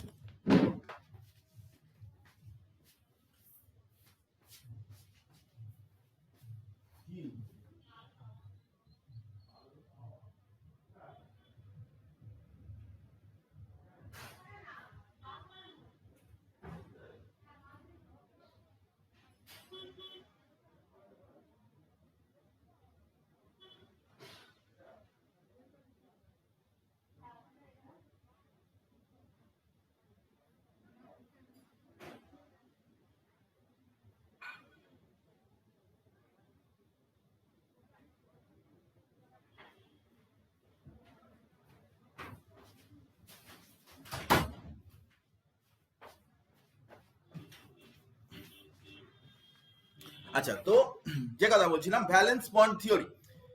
তো ভ্যালেন্স বন্ড থিওরি দেখ বইতে সব জায়গায় কিন্তু তোর দেয়া আছে যে লুইস ডট স্ট্রাকচার, তারপরে VACPR, তারপরে ভ্যালেন্স বন্ড থিওরি, তারপরে হাইব্রিডাইজেশন, তারপরে MO থিওরি, এরকম করা আছে। কিন্তু এই VACPRটা যেটা, সেটাকে আমি কিন্তু পরে নিয়ে চলে যাচ্ছি, কারণ ভ্যালেন্স বন্ড থিওরিটা 1920 থেকে 1922 এই সময় পাবলিশড হয়েছিল। ভ্যালেন্স বন্ড থিওরি জাস্ট আমি তোকে বলছি, শ্রোডিঙ্গার ওয়েভ ইকুয়েশন বেরিয়েছিল, তারপরেই তুই গুগল করে দেখতে পারিস, শ্রোডিঙ্গার ওয়েভ ইকুয়েশনের পরেই কিন্তু ভ্যালেন্স বন্ড থিওরিটা এসেছিল। কিন্তু VACPR থিওরি অনেক পরে 1958-এ হিলেস্পি অ্যান্ড নাইহোম এই থিওরি বের করেন। সেই জন্যে এনসিআরটির বইতেও কিন্তু এটা ভুল আছে যে আগে কিন্তু VACPR থিওরি দেওয়া রয়েছে, কিন্তু VACPR থিওরির সাথে ভ্যালেন্স বন্ড থিওরির অনেক টাইমের গ্যাপ আছে, অনেকটা সময়ের গ্যাপ আছে, কনসেপশনে অনেক ডিফারেন্ট আছে। সেই জন্য আমরা ভ্যালেন্স বন্ড থিওরিটাই আগে পড়াচ্ছি, এটা কিছু করার নেই, ভ্যালেন্স বন্ড থিওরিটাই আমরা আগে পড়াবো। তো ভ্যালেন্স বন্ড থিওরি ভীষণ ইন্টারেস্টিং একটা থিওরি, কারণ আমরা যেভাবে পড়ে এসেছি সেটা ভ্যালেন্স বন্ড থিওরি অ্যাকচুয়ালি নয়। ভ্যালেন্স বন্ড থিওরির মধ্যে অনেক কিছু বিষয় রয়েছে, চল আমরা ভ্যালেন্স বন্ড থিওরির ব্যাপারটা ভালো করে বুঝি। ভ্যালেন্স বন্ড থিওরিতে প্রথম কথা হচ্ছে যে একটা দুটো অ্যাটম যদি তারা সেপারেটলি থাকে তাহলে বুঝতে হবে যে তাদের মধ্যে কোনো ইন্টারঅ্যাকশন নেই। মানে ইন্টারঅ্যাকশন নেই মানে there is no attraction and repulsion. Interaction মানে no attraction or any type of repulsion. সেটা সম্ভব কখনই না যখন মলিকিউলটা কিন্তু অনেকই দূরে থাকে, তাদের মধ্যে ডিস্টেন্স এইটা আর কিন্তু টেন্স টু ইনফিনিটি, আরটা অনেক দূরে থাকে, তাদের মধ্যে কিন্তু কোনো রকমের ইন্টারাকশন থাকে না, অ্যাট্রাকটিভ ফোর্স থাকে না। যখনই এরা, আমি আগেও বলেছি এই কথা, যখনই এরা কিন্তু কাছাকাছি আসতে শুরু করে, আমি তোকে সমস্ত ব্যাপারটাই দেখাচ্ছি। সেখানে দেখ যে দু রকমের ফোর্স তাদের মধ্যে হয়, একটা হচ্ছে কি অ্যাট্রাকটিভ ফোর্স আর আরেকটা হচ্ছে রিপালসিভ ফোর্স। অ্যাট্রাকটিভ ফোর্স কি না, অ্যাট্রাকটিভ ফোর্স হচ্ছে যে একজনের ইলেকট্রনের সাথে আর একজনের নিউক্লিয়াস, আর একজনের ইলেকট্রনের সাথে, এটা দুটো, এ বলে একটা অ্যাটম রয়েছে, বি বলে একটা অ্যাটম রয়েছে, এর নিউক্লিয়াসের সাথে এর ইলেকট্রন, আবার এর ইলেকট্রনের সাথে এর যে ইলেকট্রন আছে তার সাথে এর নিউক্লিয়াস। তাহলে অ্যাট্রাকটিভ ফোর্স কিন্তু দুটো হয়ে যাচ্ছে, electron of A versus nucleus of B, electron of B versus nucleus of A, এটা হচ্ছে অ্যাট্রাকটিভ ফোর্স। এগুলো হচ্ছে অ্যাট্রাকটিভ ফোর্স। এই যে হাইড্রোজেন, তার নিউক্লিয়াসের সাথে কি না ইলেকট্রনের অ্যাট্রাকশন, আবার এর নিউক্লিয়াসের সাথে ওর ইলেকট্রনের অ্যাট্রাকশন, এগুলোকে বলে অ্যাট্রাকটিভ ফোর্স। আচ্ছা, এই অ্যাট্রাকটিভ ফোর্সটা, এই অ্যাট্রাকটিভ ফোর্সের সাথে সাথে কি আছে না রিপালসিভ ফোর্সও আছে। একজনের ইলেকট্রনের সাথে অন্যজনের ইলেকট্রন, একজনের নিউক্লিয়াসের সাথে আর একজনের nucleus, electron of A and electron of B, আর ইলেকট্রন অফ নিউক্লিয়াস, এখানে একটু ভুল লেখা আছে, nucleus of B and nucleus of A and nucleus of B. মানে দুজনের নিউক্লিয়াসের মধ্যে এই দেখ এর নিউক্লিয়াস আর এর নিউক্লিয়াস, আর একজনের ইলেকট্রন আর একজনের ইলেকট্রন। তো এই যে রিপালসিভ ফোর্স, তাহলে দু রকমের ফোর্স আছে, force of attraction, force of repulsion. Force of attraction যদি বেশি হয়, রিপালসিভ অ্যাট্রাকটিভ ফোর্স, তাহলে কি হবে না বন্ডিংটা সেখানে হবে। তো যে থিওরি ছিল সেই থিওরিতে কি বলা আছে না, সেই থিওরিতে বলা আছে যে একটা বন্ডিং এর কনসিডারেশনটা কিভাবে আসবে, মানে বন্ডটা আদৌ কিভাবে হবে, ফোর্স অফ অ্যাট্রাকশনটা কি কি কন্ডিশনে বেশি হবে, সেই থিওরিটাই প্রথমে দেওয়া হয়েছিল, কিন্তু তাতে কিছু প্রবলেম ছিল বলে তাতে একটু মডিফাই করা হয়েছিল। তো ভিভি থিওরির প্রথম যে আইডিয়াটা যেটা ছিল, সেই আইডিয়াতে কি ছিল না মলিকিউলগুলো, অ্যাটমগুলো তারা কাছাকাছি আসবে এবং সার্টেন ডিস্টেন্সে, আমি তোকে আগেও দেখিয়েছি যে সব থেকে বেশি অ্যাট্রাকটিভ ফোর্স যেখানে হবে সেটাই হচ্ছে বন্ড লেন্থ, সেটাই হচ্ছে ইন্টারনিউক্লিয়ার ডিস্টেন্স, এইটুকু হচ্ছে বন্ড লেন্থ, এবং যেখানে পোটেনশিয়াল এনার্জিটা সব থেকে কম, পোটেনশিয়াল এনার্জি মিনিমাম, সেই জায়গাটাতে এসেই অ্যাটমগুলো দাঁড়িয়ে যাবে, ওর চাইতে কাছাকাছি আসতে পারবে না। কিন্তু এই যে কাছাকাছি এলো তার জন্য কন্ডিশন কি, সেটাই থিওরির মধ্যে বলা আছে। সেটা থিওরির মধ্যে কি বলা আছে না, থিওরির মধ্যে যেটা বলা আছে সেটা হচ্ছে কি, প্রথমত থিওরির মধ্যে যেটা বলা আছে হিটলার লন্ডন কনসেপ্ট। তাহলে কি না, তাতে প্রথম যে কথা, এটা দিস ইজ ইম্পর্টেন্ট, এই কনসেপ্টটাই গুরুত্বপূর্ণ, যে atoms must come closer for overlapping. তুই হয়তো ভাবতে পারবি না যে আমাদের বইতে অদ্ভুতভাবে একটা মডার্ন থিওরি অফ কোভ্যালেন্সি বলে শুরু করেছে, যেখানে হাইব্রিডাইজেশন চালু করে দিয়েছে, কিন্তু হিটলার লন্ডনি ফার্স্ট কিন্তু দুটো অ্যাটমের ওভারল্যাপের কথা বলেছিলেন। এখানে যে ছবিটা তুই দেখতে পাচ্ছিস যে দুটো অ্যাটম কাছাকাছি আসছে এবং তারা ওভারল্যাপ করছে, এই ওভারল্যাপের কনসেপ্টটা কিন্তু ফার্স্ট হিটলার লন্ডনই বলেছিলেন, যে একটা অ্যাটমিক অরবিটাল একটা অ্যাটমিক অরবিটালের সাথে ওভারল্যাপ করবে, কাছাকাছি আসবে মানে জাস্ট ওভারল্যাপ করবে। এক্ষেত্রে অনেক বিষয় গুরুত্বপূর্ণ, সেটা হচ্ছে তাহলে রিপালসিভ এফেক্ট হবে না, রিপালসিভ এফেক্টটা ছাড়াও কিন্তু ওভারল্যাপ কি করে হচ্ছে না, এখানে যেটা হিটলার লন্ডন কনসিডার করেছিলেন যে এই ওভারল্যাপের জন্য কিছুটা সুটেবল কন্ডিশন জরুরি। কি কন্ডিশন জরুরি আমি তোকে বলছি। কি কন্ডিশন জরুরি না, প্রথম কথা হচ্ছে যে কি না, ওভারল্যাপ গুলোর মধ্যে কন্ডিশনটা কিরকম হবে না, কারো দুজনেরই আনপেয়ার ইলেকট্রন থাকতে পারে। এর একটা আনপেয়ার ইলেকট্রন, এখানে ছবিটায় ভালো করে দেখ, এর একটা আনপেয়ার ইলেকট্রন এবং এর একটা আনপেয়ার ইলেকট্রন, এরকম হতে পারে। এরা যখন ওভারল্যাপ করবে এই আনপেয়ার ইলেকট্রন গুলো কি হবে, পেয়ার্ড হবে। তোর মনে হতে পারে যে ইলেকট্রন গুলো তো যখন ওভারল্যাপ করতে যাবে তাদের মধ্যে রিপালশন হবে, কিন্তু উনি যে কনসিডারেশন করেছিলেন তাতে বলেছিলেন যে পেয়ার্ড হবে। অথবা এরকম হতে পারে যে এইটা হচ্ছে ভেকেন্ট আর এটা হচ্ছে কি ফিল্ড, ফিল্ড তাদের মধ্যেও কিন্তু ওভারল্যাপটা হতে পারে। ওভারল্যাপটা কিন্তু শুধুমাত্র যে এর একটা আনপেয়ার ইলেকট্রন ওর একটা আনপেয়ার ইলেকট্রনের মধ্যেই হবে এরকম কোনো কথা নেই। একটা ফিল্ড সেলের সাথে একটা ভেকেন্ট সেলেরও কিন্তু ওভারল্যাপটা হতে পারে, কোনো প্রবলেমের কিছু নেই। এবং এক্সটেন্ট অফ ওভারল্যাপিং কি না, একটা এস অরবিটাল আর একটা এস অরবিটাল এরা যে ওভারল্যাপ করে সেই ওভারল্যাপের কিন্তু এক্সটেন্টটা কিন্তু অনেক কম হয়, কিন্তু একটা পি অরবিটাল যখন ওভারল্যাপ করে সেই পি অরবিটাল ওভারল্যাপ কিন্তু এক্সটেন্টটা অনেক বেশি হয়। সেই জন্যে পিপি বন্ড কিন্তু কম্পারেটিভলি বেশি স্ট্রঙ্গার হয় এস এস বন্ডের চাইতে। এস এস বন্ড কিন্তু শুধুমাত্র হাইড্রোজেন ছাড়া আর কোথাও কিন্তু এস এস বন্ড নেই, শুধুমাত্র হাইড্রোজেনেতেই রয়েছে এস এস বন্ড। বাকি সব জায়গায় কিন্তু কত রকমের বন্ড হয় আমি তোকে সব বলবো এখানে, কিন্তু আমি তোকে এখন বলছি যে এস এস বন্ডটা কিন্তু শুধুমাত্র হাইড্রোজেন, যেটা বেশি ভালো হওয়া উচিত সেটাই তো সব জায়গায় হবে। তাহলে সেটা যদি না হতে চায় বুঝতে হবে যে ওটা অত বেশি স্টেবল নয়, ওটার স্টেবিলিটি অত বেশি নয়। তো এখানে সেসব বিষয় নিয়েও আমি পরে আলোচনা করছি, কেন কোনটা নয় বা কেন কোনটা হয় সেটা আমি বলে দিচ্ছি। এক্সটেন্ট অফ ওভারল্যাপিং সেটাই কিন্তু স্ট্রেংথ অফ বন্ডের সাথে কোরিলেটেড। এগুলো সবই হিটলার লন্ডনের কনসেপ্টের মধ্যে বক্তব্যে রয়েছে। কিন্তু ঘটনা হচ্ছে যে দুটো অরবিটাল যখন ওভারল্যাপ করবে সেই ওভারল্যাপের জন্য তো কিছু কন্ডিশন দরকার, মানে কোন দিক দিয়ে আসবে, তার ওরিয়েন্টেশন, তার ডাইরেকশন কি হবে, এইসব তো জানার দরকার। কিন্তু হিটলার লন্ডন সেসব ব্যাপারে কোনো বক্তব্য রাখেননি। ওনারা বলেছেন যে শুধু দুটো অরবিটাল আসবে, আনপেয়ার ইলেকট্রন থাকতে পারে বা পেয়ার ইলেকট্রন থাকতে পারে, তারা ওভারল্যাপ করবে, এটুকুই জাস্ট বলে শেষ করে দিয়েছেন। কিন্তু পাউলিং স্ল্যাটার কি করলেন না সেটাকে এক্সটেন্ড করলেন। পাউলিং স্ল্যাটার এক্সটেন্ড করলেন মানে কি না এই বক্তব্যের সাথে আরো কিছু বক্তব্য জুড়লেন। ওনারা বললেন না যে হিটলার লন্ডন যা বলে গেছে সেগুলো ভুল, হিটলার লন্ডন যা বলে গেছে সেগুলো ঠিক এক্সটেনশন করলেন, এক্সটেন্ডেড ফর্মে নিয়ে এলেন।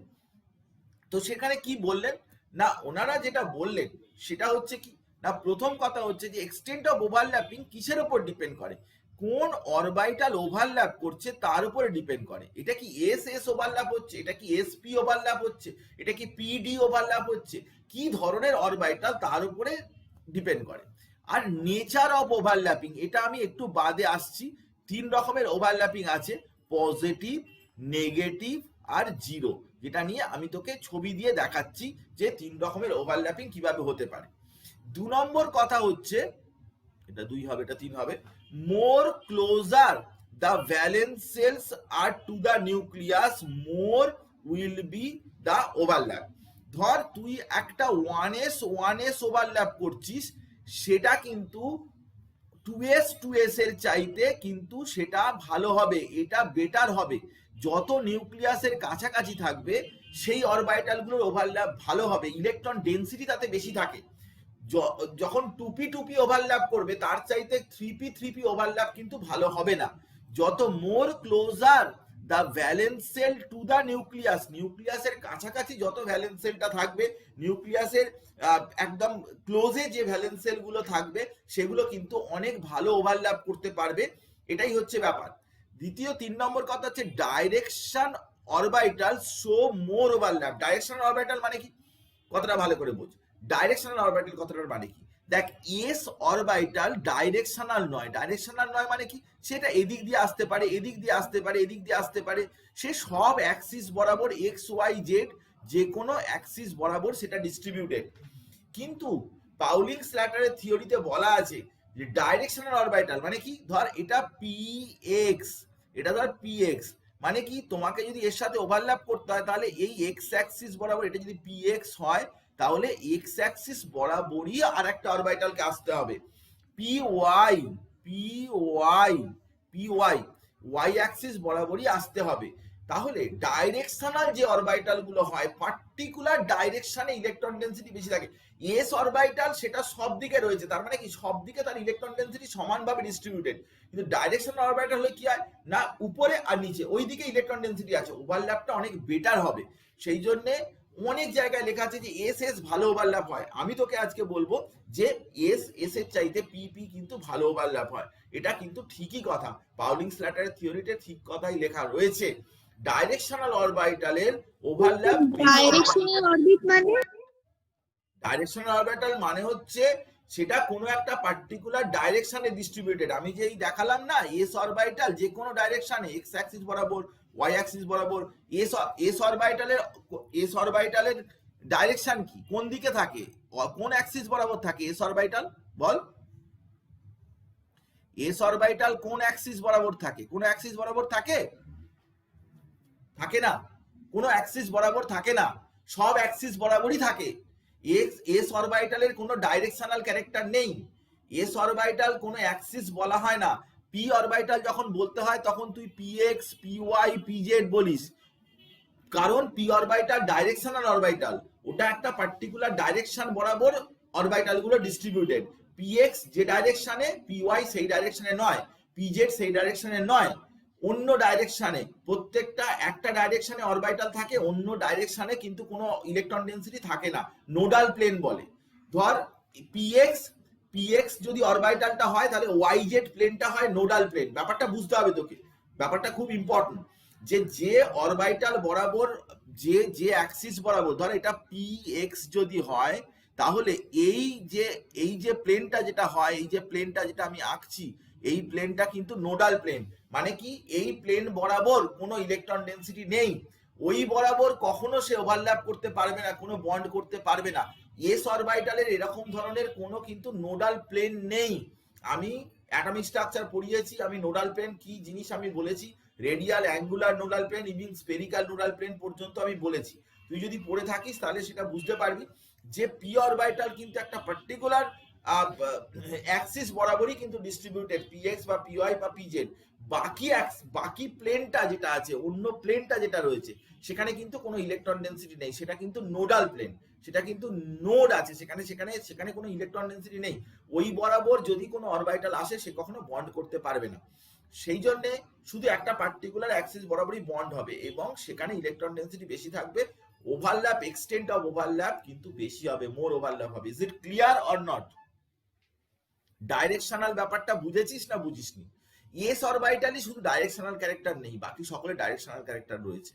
তারা প্রত্যেকেই কোনো না কোনো অ্যাক্সিস বরাবর ডিস্ট্রিবিউটেড। বলতে গেলে অ্যাক্সিসের নাম বলতে হয়। ডি যেরকম orbital, D x Y, D Y Z, D Z X, D Z square, D X square minus Y square, এরকম ভাবে বলতে হয়। কিন্তু এস বলার সময় S X, S Y, S Z এরকম করে কি আমরা বলি? পি এক্স বলি, পি ওয়াই বলি, পি জেড বলি, কিন্তু এস এর ক্ষেত্রে আমরা বলি না, কারণ এস কোনো পার্টিকুলার অরবিটাল, এস অরবিটাল কোনো পার্টিকুলার অ্যাক্সিস বরাবর ডিস্ট্রিবিউটেড নয়। কথা বুঝেছিস না বুঝিসনি? হ্যাঁ স্যার, বুঝতে পেরেছি। তো এই যারা এরকম হয় তাদের মধ্যে বলা, এসব কথা কিন্তু পাউলিং স্ল্যাটার থিওরির মধ্যে, এক্সটেনশনের মধ্যে বলা আছে। তো সে বিষয়টা আমি তোকে বললাম। এবারে আমি তোকে বলছি যে ওভারল্যাপ কত রকমের হতে পারে, কারণ বন্ড করবে ওভারল্যাপের থ্রু দিয়ে। তো ওভারল্যাপ আমি বলেছি 3 রকমের ওভারল্যাপ হতে পারে। Let us see. তো 3 রকমের ওভারল্যাপের মধ্যে ফার্স্ট যে ওভারল্যাপটা তাকে বলে পজিটিভ ওভারল্যাপ। পজিটিভ ওভারল্যাপ মানে কি? দেখ, এটা একটা পি অরবিটাল, পি অরবিটালের সাথে আর একটা এদিকেও পজিটিভ লেখা রয়েছে, এদিকেও পজিটিভ লেখা রয়েছে। অ্যাকচুয়ালি পজিটিভ নেগেটিভ গুলো মানে কোনো চার্জকে বোঝাচ্ছে না। পজিটিভ নেগেটিভ মানে হচ্ছে কি, তার অ্যামপ্লিটিউড ফাংশন। একটা জিনিস তোকে বুঝতে হবে, এখানে কিন্তু পজিটিভ নেগেটিভ মানে কোনো চার্জ নয়।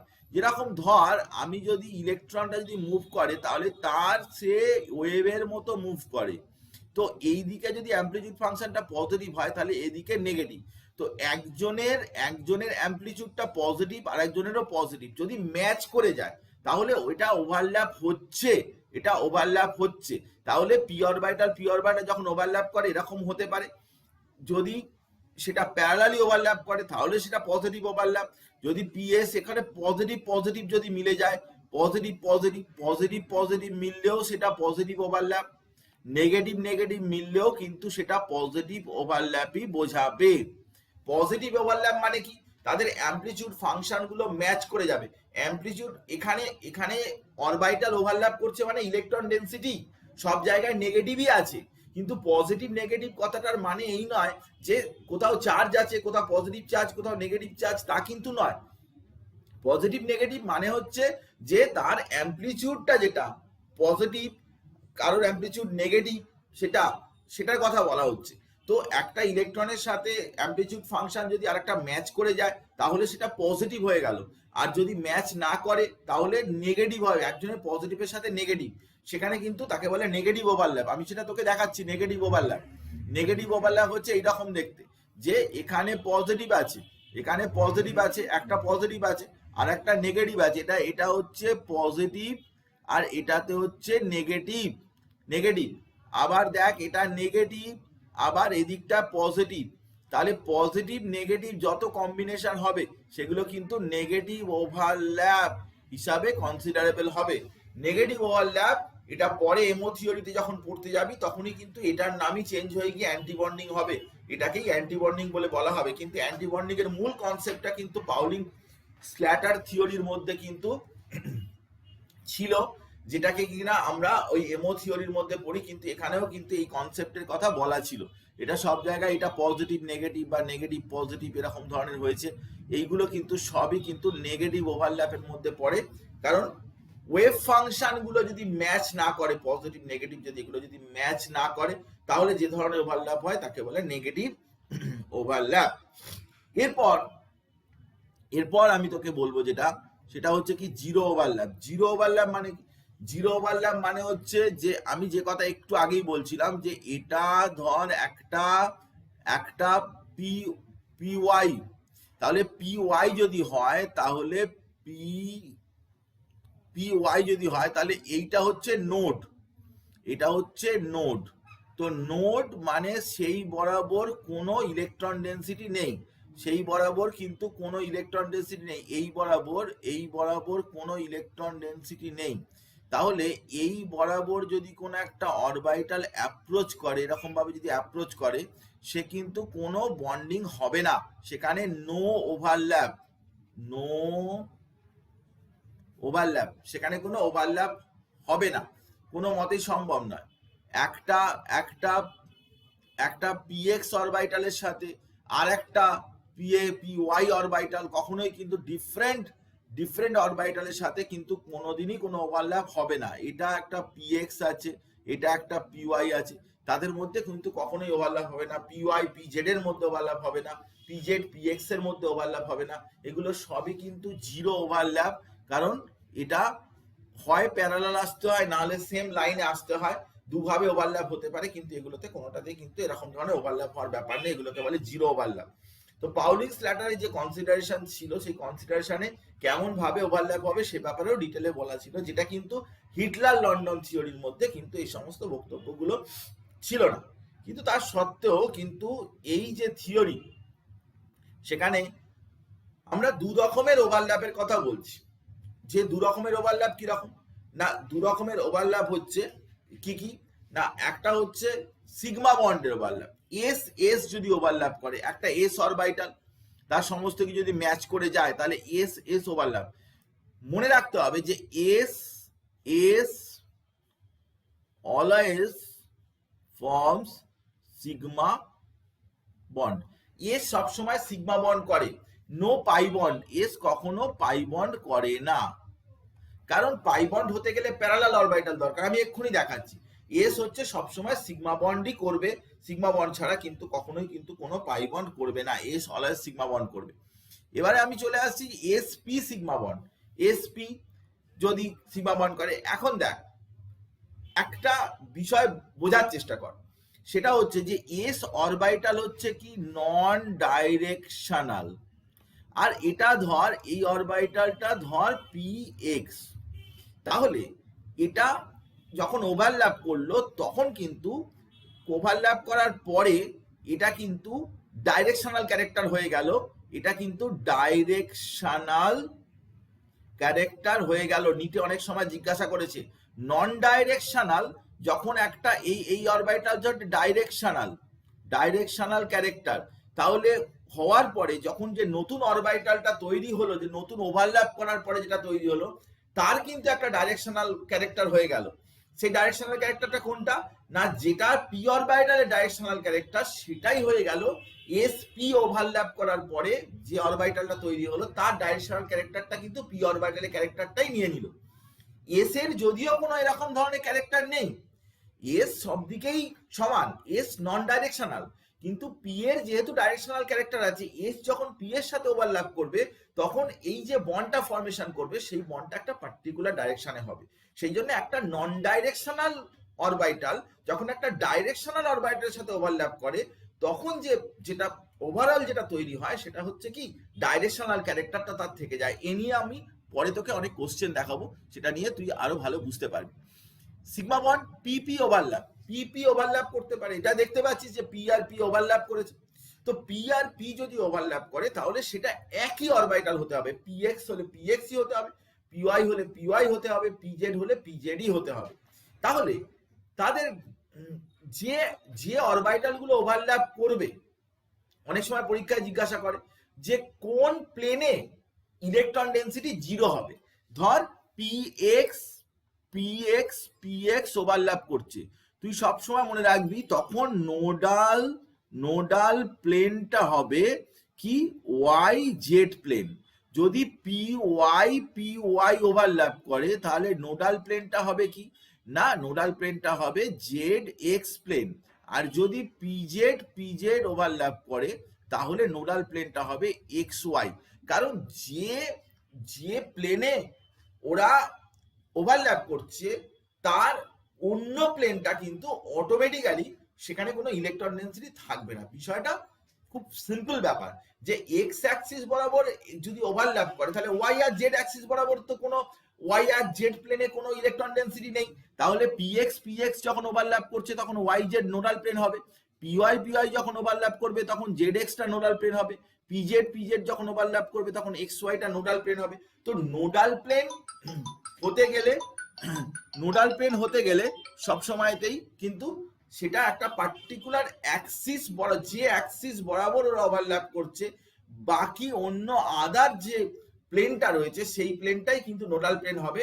এটা কিন্তু জিজ্ঞাসা করে, এবং শুধু পিএক্স বা পিওয়াই বলে নয়, কনসেপশনটা জরুরি যে কোন অ্যাক্সিস বরাবর বন্ডটা হচ্ছে দেখতে হবে, এবং বাকি অ্যাক্সিস বরাবর বাকি প্লেনটা কিন্তু কনসিডার করতে হবে, সেখানে নোডাল প্লেন। ডির ক্ষেত্রে এটা খুবই জটিল হয়ে যায়, আমি তোকে ডি এর কথা নিশ্চয়ই বলবো।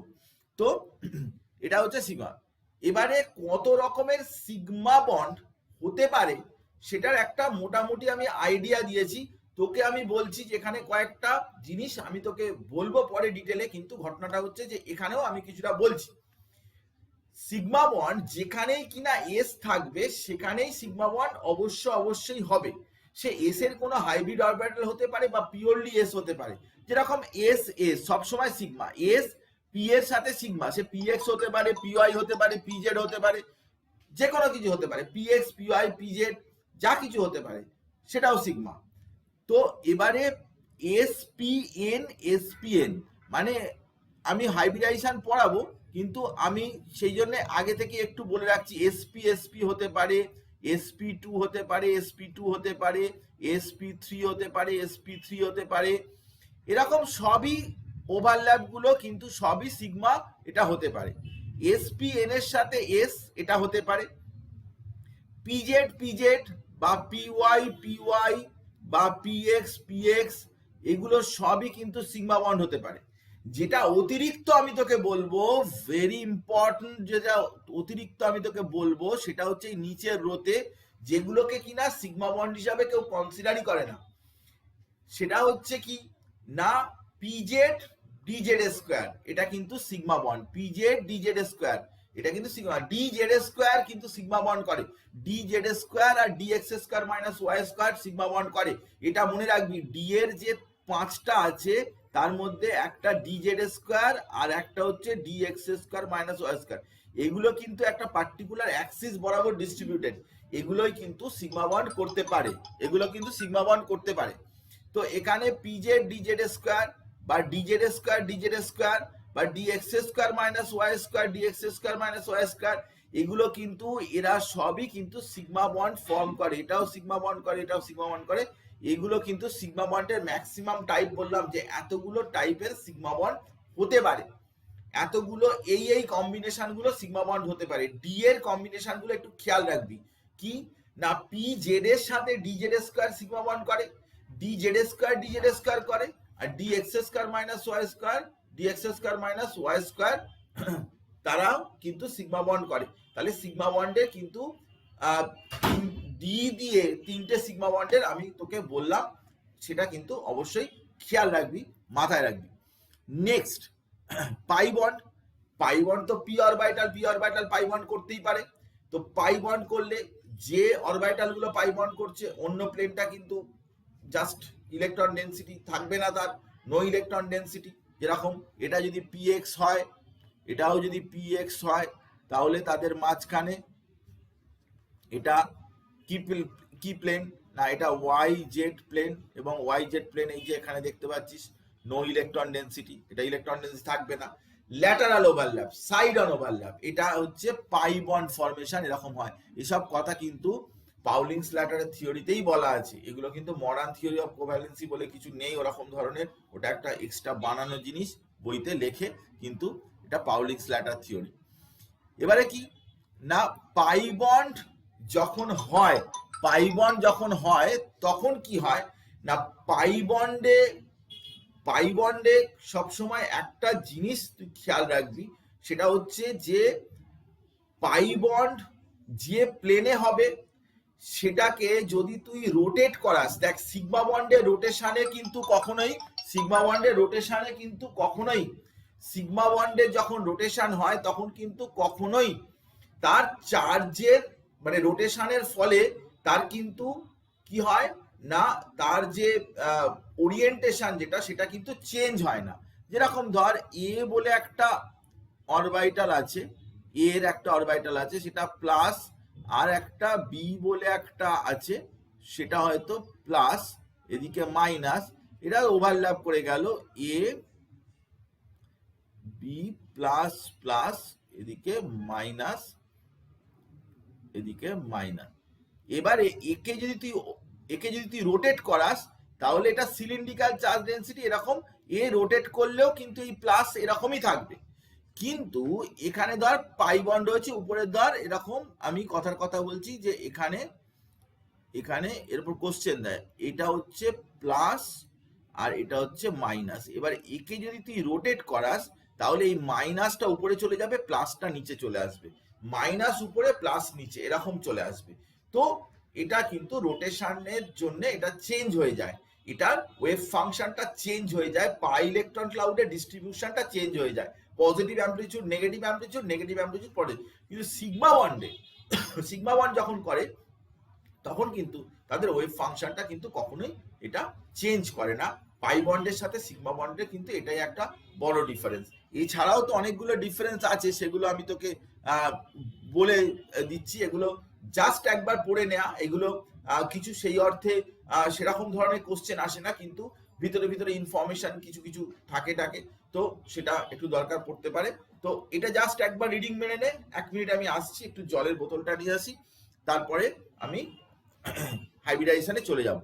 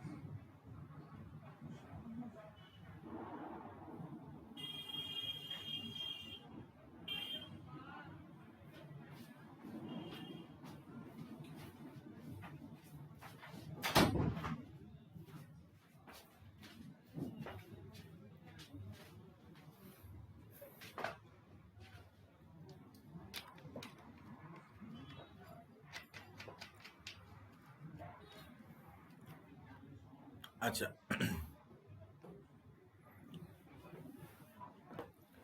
এবার দেখ যে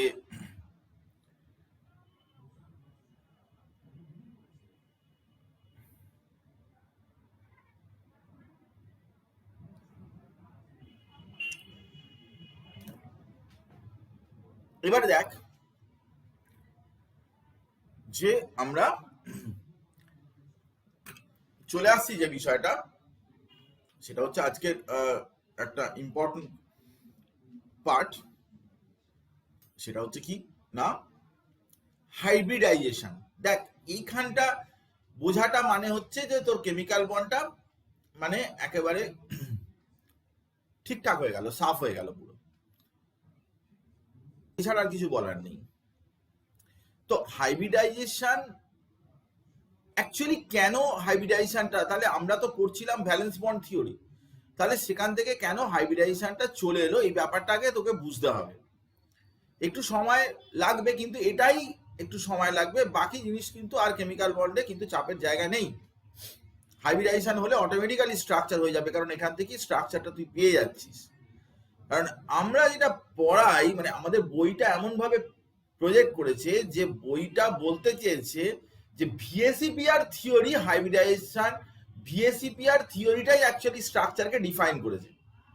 অ্যাকচুয়ালি তা কিন্তু নয়। তুই এখন আমি তোকে পড়াবো, তুই পড়লেই বুঝতে পারবি মানে স্ট্রাকচারটা হাইব্রিডাইজেশন থেকে অটোমেটিক্যালি চলে আসবে। ভিএসিপিআর থিওরি অন্য ব্যাপার। ভিএসিপিআর থিওরি শেপটাকে ঠিক করে, জিওমেট্রিটাকে ঠিক করে না। এখন শেপ আর জিওমেট্রি কিন্তু এক জিনিস নয়। এখন প্রথম কথা হচ্ছে যে হাইব্রিডাইজেশনের কেন দরকার পড়লো। বেসিক্যালি ব্যাপারটা হচ্ছে যে অরবাইটাল গুলো যখন ওভারল্যাপ করছে তখন সেই ওভারল্যাপে একটা সমস্যা হচ্ছে যে ধর পিএক্স অরবাইটাল ওভারল্যাপ করবে, তো পিএক্স যখন অরবাইটাল ওভারল্যাপ করবে তখন তো এক্স অ্যাক্সিস বরাবরই সে আর একটা অরবাইটাল এলে তাকে ওভারল্যাপ করবে অথবা এস এর সাথে ওভারল্যাপ করবে,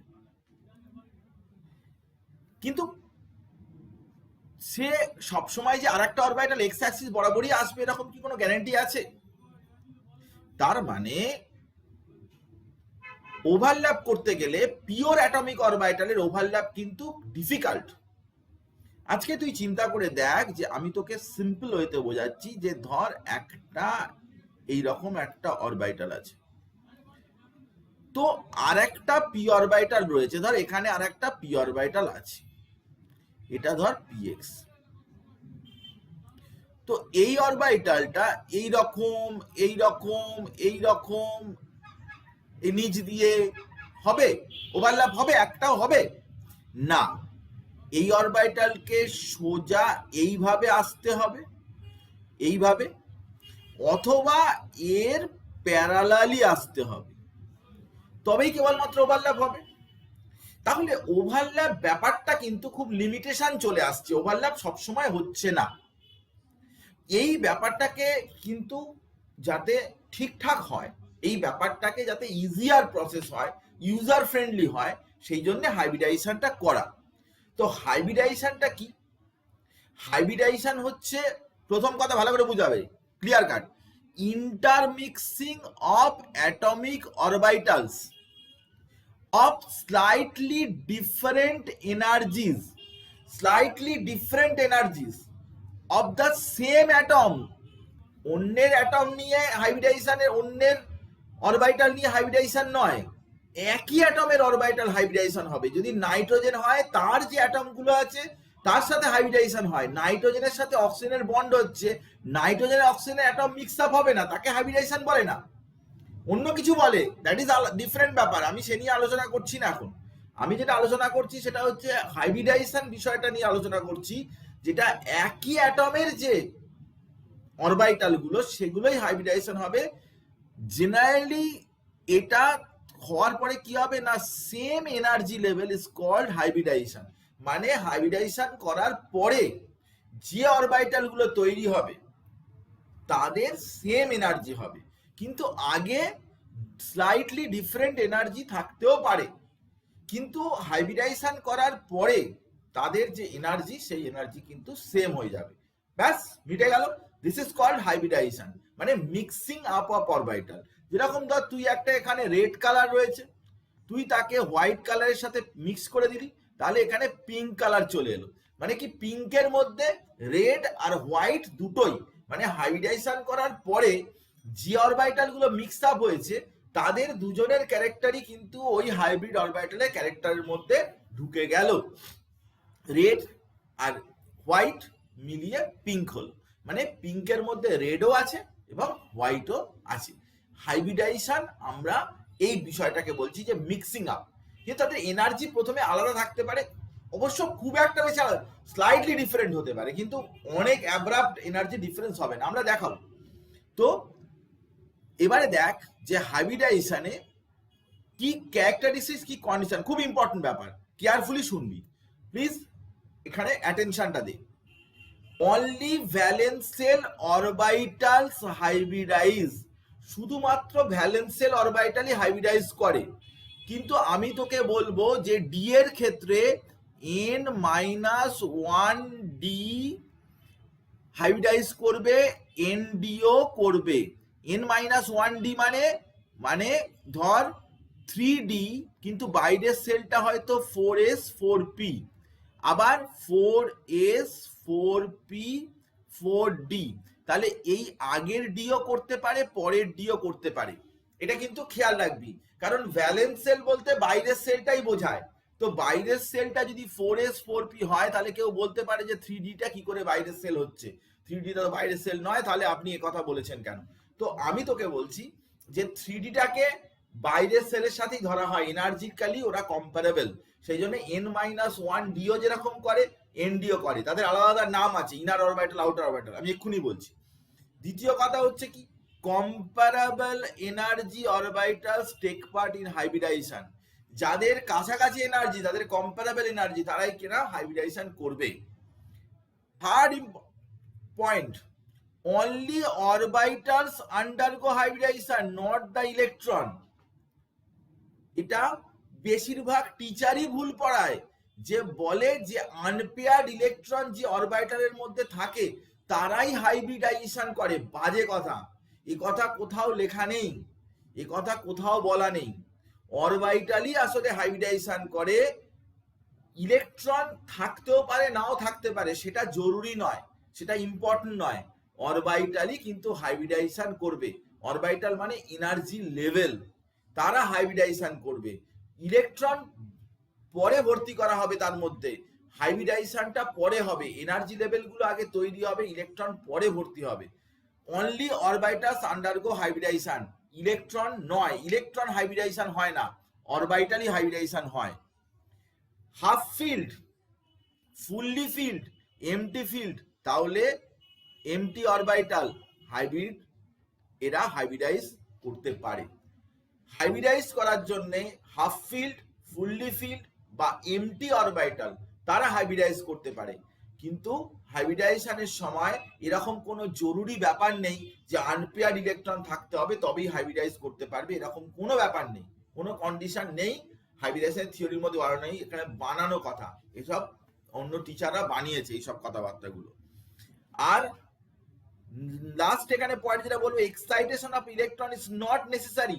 ইলেকট্রনকে যে ট্রানজিশন করতে হবে, এক্সাইটেড স্টেটে পাঠাতে হবে, জরুরি নয়, জরুরি নয়, কখনো কখনো লাগতেও পারে নাও লাগতে পারে, এটা কন্ডিশন কখনোই নয় হাইব্রিডাইজেশনে যে ইলেকট্রনটাকে লোয়ার লেভেল থেকে আপার লেভেলে ট্রানজিশন করে পাঠাতে হবে। এমন অনেক হাইব্রিডাইজেশন রয়েছে যেখানে পাঠানো হয় না, অবশ্যই এটা কন্ডিশন নয়। ক্যারেক্টারিস্টিক্স অফ হাইব্রিডাইজেশন আমি পড়ছিলাম। নেক্সট দেখ, যতগুলো অ্যাটমিক অরবিটাল মিক্স করবে ততগুলো হাইব্রিড অরবিটাল তৈরি হবে। অ্যাটমিক অরবিটাল যদি দুটো মিক্স করে, অ্যাটমিক অরবিটাল যদি মিক্স হয় তাহলে HO প্লাস HO তৈরি হবে। দুটো অ্যাটমিক অরবিটাল থেকে দুটো হাইব্রিড অরবিটাল তৈরি হবে। অ্যাটমিক অরবিটাল, হাইব্রিড অরবিটাল, তাদের নাম্বার কিন্তু সমান হবে। এস আর একটা পি যদি জোড়ে তাহলে এসপি অরবিটাল সেটা দুটো হবে, কারণ একটা এস আর একটা পি জুড়েছে, তো এসপি একটা হয়ে যাবে না, দুটো জুড়ে যাওয়া মানে একটা হয়ে যাওয়া নয়, যতগুলো জুড়বে নতুন ততগুলো তৈরি হবে। একটা এস আর একটা পি জুড়লে তাহলে দুটো এসপি তৈরি হবে। atomic orbital means number of hybrid orbital form. Hybrid orbital shows more overlapping than atom. সেই জন্যই তো হাইব্রিডাইজেশনটা করা হলো রে বাবা। দ্যাটস ওয়াই হাইব্রিডাইজেশন ক্রিয়েট করা হলো, যে অ্যাটমিক অরবিটালের চাইতে হাইব্রিড অরবিটালের ওভারল্যাপ করার ক্ষমতা বাড়বে। আজকে যদি পিএক্স পিওয়াই পিজেড যদি একসাথে যদি মিশে যায়, মিশে গিয়ে যদি তিনটে অরবিটাল তৈরি করে, তাহলে সকলের তো পিএক্স পিওয়াই পিজেড ক্যারেক্টারিস্টিক্স থাকলো, তাহলে তো যখন ওভারল্যাপ করতে যাবে তখন সব দিক থেকে এলেই তো ওভারল্যাপ করতে হবে। This is very much important, যে তাদের ওভারল্যাপ করার ক্ষমতাটা বাড়বে। আমি তোকে বলে দিচ্ছি এনার্জিও কমে যাবে, দেখ একটু বাদে। Hybrid orbitals always equivalent in energy and shape. Hybrid orbital যতগুলো তৈরি হবে তাদের শেপ সকলের একই রকমের হবে, দেখতে একই রকমের হবে, এবং তারা ইকুইভ্যালেন্ট ইন এনার্জি, এনার্জিও কিন্তু একই রকমের হবে। দেখ, দেখতে থাক। Hybrid orbital never form pi bond. Hybrid orbital কোনোদিন পাই বন্ড করবে না। পাই বন্ড করতে গেলে প্যারালাল অরবিটাল দরকার হয়। তো যে অরবিটালে সব মিশে গিয়ে X axis Y axis Z axis বরাবর চার্জ চলে এসছে, ইলেকট্রন ডেনসিটি চলে এসছে, সে আবার কি করে প্যারালাল হবে? সে তো প্যারালাল হতে পারবে না। তো সেই জন্য পাই বন্ড কখনো কিন্তু হাইব্রিড অ্যাটমিক অরবিটাল দিয়ে পাই বন্ড কোনোদিনই হয় না। সেই জন্য যখনই আমরা হাইব্রিডাইজেশনে যা কিছু স্ট্রাকচার যা কিছু আমরা হিসাব করব, সব কিন্তু সিগমা বন্ড পেয়ার দিয়ে, পাই বন্ড পেয়ার দিয়ে কিন্তু করব না। এটা কিন্তু মনে রাখবি, পাই বন্ড কিন্তু এখানে কোনো মতেই আমরা হিসাবের মধ্যে রাখবো না। পাই বন্ড গুলোকে আমরা সবসময় হিসাব থেকে বাদ দেবো। যা কিছু হিসাব করতে যাব সবকিছুই কিন্তু আমি পাই বন্ডকে তার থেকে বাদ দিয়ে দেব। হাইব্রিড অরবিটালস, এই দেখ এখানেই তুই পাচ্ছিস indicate the geometry of the molecule. কেন হাইব্রিডাইজেশন করতে গেলাম আজকে হিটলার, লন্ডন, পাউলিং স্ল্যাটারের থিওরি বাদ দিয়ে, ভিভি থিওরি বাদ দিয়ে কেন আমি আজকে হাইব্রিডাইজেশনের মধ্যে এলাম? হাইব্রিডাইজেশন আমাদেরকে জিওমেট্রি শিখিয়ে দেবে, মলিকিউলটা কেমন দেখতে সেটা শিখিয়ে দেবে। ভিভি থিওরিতে কোথাও বলা নেই। ভিভি থিওরিতে ইম্পর্টেন্ট যে জিনিসটা বলেছে সেটা হচ্ছে ওভারল্যাপের কনসেপ্টটা কিন্তু ভিভি থিওরিতে বলা আছে। বইতে কিন্তু এমন ভাবে ভিভি থিওরিটা লেখা আছে যাতে ওখানে ওভারল্যাপের কথাও বলা নেই। ভিভি থিওরি যেন কিছুই করেনি এরকম ভাবে। কিন্তু হিটলার, লন্ডনকে নোবেল প্রাইজ দেওয়া হয়েছিল ভিভি থিওরি করার জন্য। আমার তো নিজের, আমি যখন পড়েছিলাম, আমার স্যার পড়িয়েছিলেন, তখন বলেছিলেন VB theory very bad theory, এসব বলেছিলেন। তো আমি আমার তখন পরে পড়তে গিয়ে দেখলাম যে ওখানে কিন্তু ওনারা নোবেল প্রাইজ পেয়েছেন। তো আমার মনে হয়েছিল যে এত বাজে থিওরিতে নোবেল প্রাইজ কেউ পায় নাকি। তো পরে ভালো করে পড়াশোনা করে দেখলাম যে নতুন যে হাইব্রিডাইজেশনের কনসেপ্ট যার উপরে বেস করে, মানে ওভারল্যাপ ক্রাইটেরিয়ার উপর বেস করে, সেটা কিন্তু ভ্যালেন্স বন্ড থিওরি থেকেই এসছে, যেটার এক্সটেনশন ছিল পাউলিং স্ল্যাটারের। এবং সেটার আইডিয়াটা কিন্তু একেবারেই হিটলার, লন্ডনের ছিল। পাউলিং স্ল্যাটার সেটাকে এক্সটেন্ড করেছিলেন মাত্র, কিন্তু আইডিয়াটা কিন্তু হিটলার, লন্ডনের ছিল। তো যাকে সেই লন্ডন, যে লন্ডন ডিসপারশন ফোর্সের সেই লন্ডন, তো বুঝতেই পারছিস। তো তাহলে আমরা হাইব্রিডাইজেশনের ক্যারেক্টারিস্টিক্স গুলো বুঝতে গিয়ে কয়েকটা বিষয় কিন্তু আমাদের সাথে লক্ষ্য করলাম। সেটা হচ্ছে এ ও হো। তো অ্যাটমিক অরবিটাল যখন জোড়ে তখন হাইব্রিড অরবিটাল যতগুলো জুড়বে, দুটো যদি জোড়ে তাহলে দুটো হবে, পাঁচটা জুড়লে পাঁচটা হবে, যা জুড়বে তাই হবে। দ্বিতীয় কথা হচ্ছে যে এটা একটা খুব গুরুত্বপূর্ণ একটা গ্রাফ, সেটা হচ্ছে যে এনার্জির সাথে যদি মিক্সিং এটাকে যদি গ্রাফ করি, তাহলে অ্যাটমিক অরবিটাল গুলো যা এনার্জি, তার চাইতে হাইব্রিড অরবিটাল গুলো কি লেস এনার্জি। তো এনার্জিটা কম হয়ে যাবে, এবং যতটা এনার্জি কমলো, এই যে অ্যাটমিক অরবিটালে যা এনার্জি, তার থেকে হাইব্রিড অরবিটালে যা এনার্জি, সেটাকেই বলে কি হাইব্রিডাইজেশন এনার্জি। এখন বারবার ধরে আমার মনে হয়েছে, বারবার একটা স্টুডেন্টকে এটা বোঝানো দরকার যে আজকে হাইব্রিডাইজেশন কেন হবে, হাইব্রিডাইজেশন হওয়ার পিছনে যুক্তিটা কি। এটাও কিন্তু আর একটা বড় যুক্তি যে অ্যাটমিক অরবিটালে যা এনার্জি, হাইব্রিড অরবিটালের এনার্জি কিন্তু তার চাইতে কম। এনার্জেটিক্যালি স্টেবিলাইজ হওয়াটা কিন্তু একটা খুব বড় ব্যাপার। কিন্তু সব জায়গায় হাইব্রিড অ্যাটমিক অরবিটাল এনার্জিটাকে বাড়িয়ে বইতে ছবিতে থাকে আর কি, বাড়িয়ে দেওয়া হয়। কিন্তু ওটা বাড়ানো মানে অ্যাকর্ডিং টু স্কেল নয়। ওটা বুঝতে হবে যে স্টুডেন্টরা মিসকনসেপশন তৈরি হয়, ভাবে যে বোধহয় ওটা এনার্জি বেড়ে গেল, কিন্তু অ্যাকচুয়ালি এনার্জি বাড়ে না। হাইব্রিড অ্যাটমিক অরবিটালের এনার্জি কিন্তু কমে যায়, ডিক্রিজ করে, না হলে হাইব্রিডাইজেশন হতো না। হাইব্রিডাইজেশন হওয়ার পিছনে কারণ বা যুক্তি হচ্ছে এটাই যে এনার্জিটা কিন্তু ওদের কম হবে। তো যাকে আমি তোকে হাইব্রিডাইজেশনের সাপোর্টে অনেক কথা বললাম যে হাইব্রিডাইজেশন ভালো কেন এসব বললাম। এখন তুই দেখ, আমি তোকে সুন্দরভাবে বলে দিচ্ছি যে কত রকমের হাইব্রিডাইজেশন আছে। আমি তোকে পরের দিনকার হাইব্রিডাইজেশন আমাদের পড়াতে হবে, কারণ একটাই যে আমি কিন্তু ওরকম ভাবে পড়াতে পারি না। আমি কিছু কিছু জিনিস পড়ালাম, কয়েকটা ইম্পর্টেন্ট জিনিস পড়ালাম, বাকি জিনিস বাদ দিয়ে দিলাম, এরকম পড়াতে পারি না, কারণ আমি এই ব্যাপারটা নিয়ে অনেক খাটি। ন্যাচারালি সব কথা না তোকে বলতে পারলে আমার খুব একটা শান্তি পাবো না আমি। তো আমি তোকে টোটাল ব্যাপারটাই আমি বলছি যে এর মধ্যে কত ইন্টারেস্টিং বিষয় আছে তুই ভাবতেও পারবি না। সেটা হচ্ছে যে দেখ, উইদাউট ডি অরবাইটাল সেটা এক রকমের, উইথ ডি অরবাইটাল সেটা এক রকমের।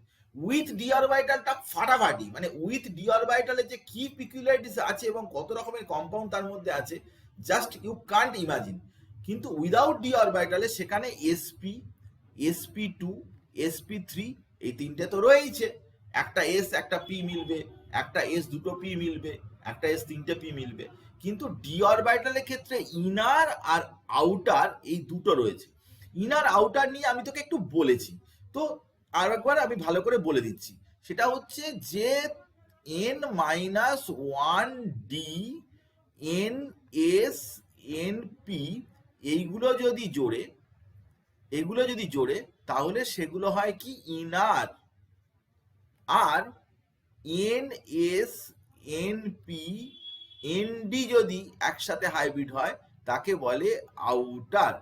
যেরকম ধর আমি তোকে বললাম যে 3d 4s 4p, তাহলে এরা জুলে ধর এরকম ভাবে হলো d2sp3, তাহলে এটা হয়ে গেল কি ইনার। এই হাইব্রিডাইজেশন হবে ইনার, এইগুলো হবে ইনার, এগুলো সব এরকম করে লেখা হবে। আর যদি এরকম হয় যে 4s 4p 4d এগুলো যদি ধরে তাহলে sp3d2 এরকম ভাবে আসবে, sp3d sp3d2। তো বাইরের ডি আর ভিতরের এস আর পি যদি এরকম ভাবে জোড়ে এটা হবে আউটার, এটা হবে আউটার। তো এত রকমের রয়েছে, এবং তার মধ্যে এই দেখ এইখানে আছে d3s, এই দেখ d3s একটা রয়েছে। তুই হয়তো dsp3 d2sp3 d3sp3 এগুলো হয়তো তুই পেরে যাবি, মানে এটা কমপ্লেক্স কম্পাউন্ড যে রয়েছে, কোঅর্ডিনেশন কম্পাউন্ড, তার হাইব্রিডাইজেশন এগুলো। আর সেগুলো আমরা নিয়ে পরে আমি তোকে বলবো, কারণ সেটা 12 এর পার্টের মধ্যে চলে যাচ্ছে এখানে। কারণ এখানে অনেকে 11 এর স্টুডেন্ট রয়েছে, এবারে আমি যদি এই হাইব্রিডাইজেশন গুলো বলতে যাই তাহলে কিন্তু তারা প্রবলেমে পড়ে যাবে। আমরা নিশ্চয়ই হাইব্রিডাইজেশন গুলো বলবো, কিন্তু সেই হাইব্রিডাইজেশন মানে ঠিক জায়গা মতো আমি তোকে বলবো, যাতে করে ওরাও বুঝতে পারে, কারণ ওদের ক্ষেত্রেও অসুবিধা হয়ে যাবে, কারণ ওরা কোঅর্ডিনেশন কম্পাউন্ডস পড়েনি। কিন্তু এই যে হাইব্রিডাইজেশন গুলো ডান দিকের আউটার যে হাইব্রিডাইজেশন গুলো, সেই হাইব্রিডাইজেশন গুলো ওরাও ভালোভাবে বুঝতে পারবে, কোনো অসুবিধার কিছু হবে না, আমি এমন ভাবে বলে দেবো। তো এটাই হচ্ছে টোটাল হাইব্রিডাইজেশনের টাইপ। টোটাল হাইব্রিডাইজেশন টাইপ বললে ভুল হবে, মানে আমাদের যে নিটের সিলেবাস যেটা কন্টেন্ট করছে সেই সিলেবাসের মধ্যে এটাই হচ্ছে টোটাল টাইপ। কারণ আমার দেখ যেগুলো ধর মানে মেন বা অ্যাডভান্সে যেটা যে সিলেবাসটা পড়ানো হয় সেই সিলেবাসটা কিন্তু এই সিলেবাসটা নয়, এটার চাইতে আর একটু বেশি সিলেবাসটা পড়ানো হয়। মানে আমাদের মানে এমনি যে স্টেট জয়েন্ট গুলো যেগুলো হয় তার চাইতে নিটের সিলেবাসটা বেশি, আর নিটের চাইতে অ্যাডভান্সের সিলেবাসটা বেশি। তো সেই জন্য আমি যেটা ফলো করছি সেটা হচ্ছে যে নিট টাইপের আইআইটি জয়েন্ট তো এখানে কেউ দেয়ার, মানে আইআইটিতে বসছে আর কি, এরকম তো স্টুডেন্ট আমাকে কেউ জানায়নি ন্যাচারালি। আমরা কিন্তু আইআইটি লেভেলটা আর কি, সেই লেভেলের কেমিস্ট্রিটা কিন্তু আমরা পড়াচ্ছি না। মানে এখানে অনেক কিছুই আর কি মিলে যাবে, কিন্তু আরো কিছু এক্সট্রা কিছু কিছু জায়গায় আছে। হ্যাঁ, তো সেখানে আর কি একটু দরকার লাগে, কিন্তু নর্মালি এইটা হলেই অনেকটাই হয়, কিন্তু তবুও কিছু লাগে, আমি ডিপ্রাইভ করতে পারবো না কাউকে। তো আইআইটি জয়েন্টের জন্য কিন্তু আরো একটু বেশিখানি পড়তে হয়, আরো একটু লেবারটা বেশি লাগে। তো এখানে যে হাইব্রিডাইজেশন গুলো আসছে সেই হাইব্রিডাইজেশনে কয়েকটা বিষয় আমার তোকে জানানো দরকার। সেটা হচ্ছে যে প্রথম কথা হচ্ছে যে উইদাউট ডি অরবিটালের যে হাইব্রিডাইজেশন সেটা কিন্তু তিনটে, একটা হচ্ছে এসপি, একটা হচ্ছে sp2, একটা sp3। তোকে কি কি জানতে হবে না, তোকে জানতে হবে যে পার্সেন্টেজ অফ এস ক্যারেক্টার, যেটা থেকে প্রশ্ন দেয়, এবং সেখানে প্রত্যেকটা হাইব্রিডাইজেশনের যে বন্ড অ্যাঙ্গেল, সেই বন্ড অ্যাঙ্গেলটা কিন্তু তোকে জানতে হবে। মানে বন্ড অ্যাঙ্গেলটা মানে তোকে আমি বন্ড অ্যাঙ্গেলের ব্যাপারটা আমি তোকে একটু বলে দিচ্ছি, তুই একটু জেনে রাখ যে কিভাবে বন্ড অ্যাঙ্গেলটা হয়। তুই বলবি যে বন্ড অ্যাঙ্গেলটা তো আমি জানি, এসপি হলে 180 ডিগ্রি হয়, sp2 হলে 120 ডিগ্রি হয়, sp3 হলে 109 ডিগ্রি 28 মিনিট হয়।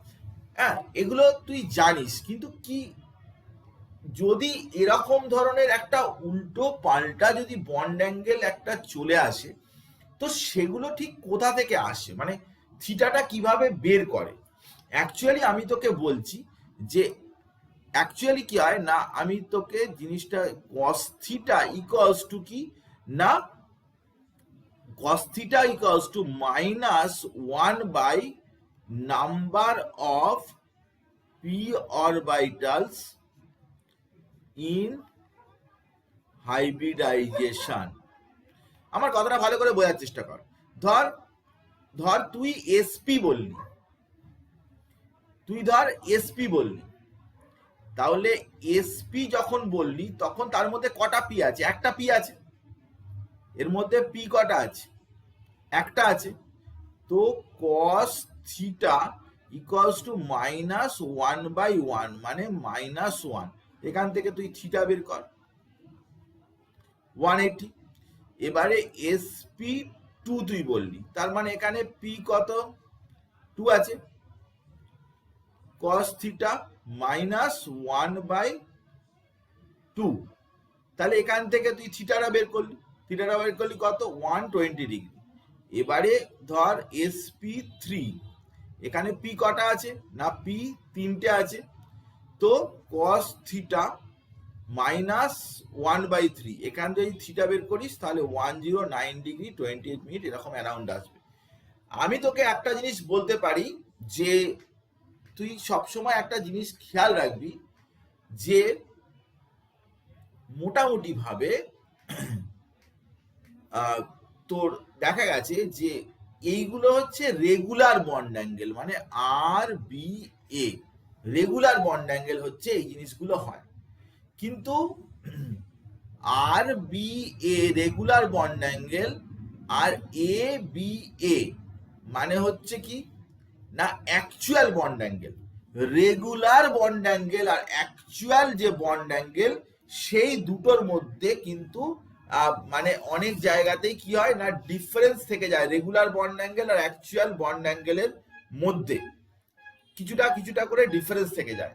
এবারে একটা জিনিস তুই খেয়াল রাখবি যে লোন পেয়ার যখনই কোনো কম্পাউন্ডের মধ্যে আসে, হ্যাঁ, due to presence of lone pair, সেটা আমি তোকে বলছি যে লোন পেয়ারটার জন্য থিটাটা 2.5 ডিগ্রি ডিক্রিজ করে পার লোন পেয়ার। 2.5। এগুলো কিন্তু মনে রাখবি, এগুলো কিন্তু আমি এরকম পাশে পাশে লিখে দিচ্ছি, কিন্তু এগুলো এগুলো কিন্তু বইতে তুই পাবি না। আমি তোকে বলছি, ধর মিথেনে বন্ড অ্যাঙ্গেল কত? 109 ডিগ্রি 28 মিনিটের মতো। এবার অ্যামোনিয়া বন্ড অ্যাঙ্গেল হচ্ছে 107 ডিগ্রি, আর ওয়াটারে বন্ড অ্যাঙ্গেল হচ্ছে 104.5 ডিগ্রি। অ্যামোনিয়াতে একটা লোন পেয়ার আর ওয়াটারে দুটো লোন পেয়ার। তো একটা লোন পেয়ারে তুই 2.5 ডিগ্রি করে কি হবে বন্ড অ্যাঙ্গেলটা ডিক্রিজ করবে। এগুলো কিন্তু তুই কাজে লাগাতে পারবি, ভালো ভালো জায়গায় তুই কাজে লাগাতে পারবি, অ্যান্সার বের করার জন্য কাজে লাগাতে পারবি। একটা যখনই লোন পেয়ার থাকবে, তুই কি না লোন পেয়ার না থাকা থেকে তুই 2.5 মাইনাস করে দিবি, দেখবি যে একটা লোন পেয়ার থাকলে তার 109.5 আর কি, তার থেকে তুই 2.5 বাদ দিয়ে দে, তাহলে 107-এর মধ্যে চলে আসবে। হ্যাঁ, 109 28 মিনিট, তার থেকে তুই 2.5 বাদ দিয়ে দে। 28 মিনিট মানে ওই তোর 0.5 এর মতো।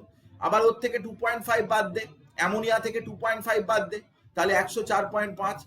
তো বন্ড অ্যাঙ্গেল যেমন যেমন হবে পার লোন পেয়ার তার বন্ড অ্যাঙ্গেলটা চেঞ্জ হয়ে যাবে যত যত লোন পেয়ার আসবে। লোন পেয়ার তো কি করে বের করতে আমি বলেছি, valence electron minus number of bond pair divided by 2 করলে লোন পেয়ার বেরিয়ে যাবে। তো কোনো কম্পাউন্ডের মধ্যে যতগুলো লোন পেয়ার থাকছে সেই লোন পেয়ার অনুযায়ী হিসাব করে ওর কত বন্ড অ্যাঙ্গেল হতে পারে।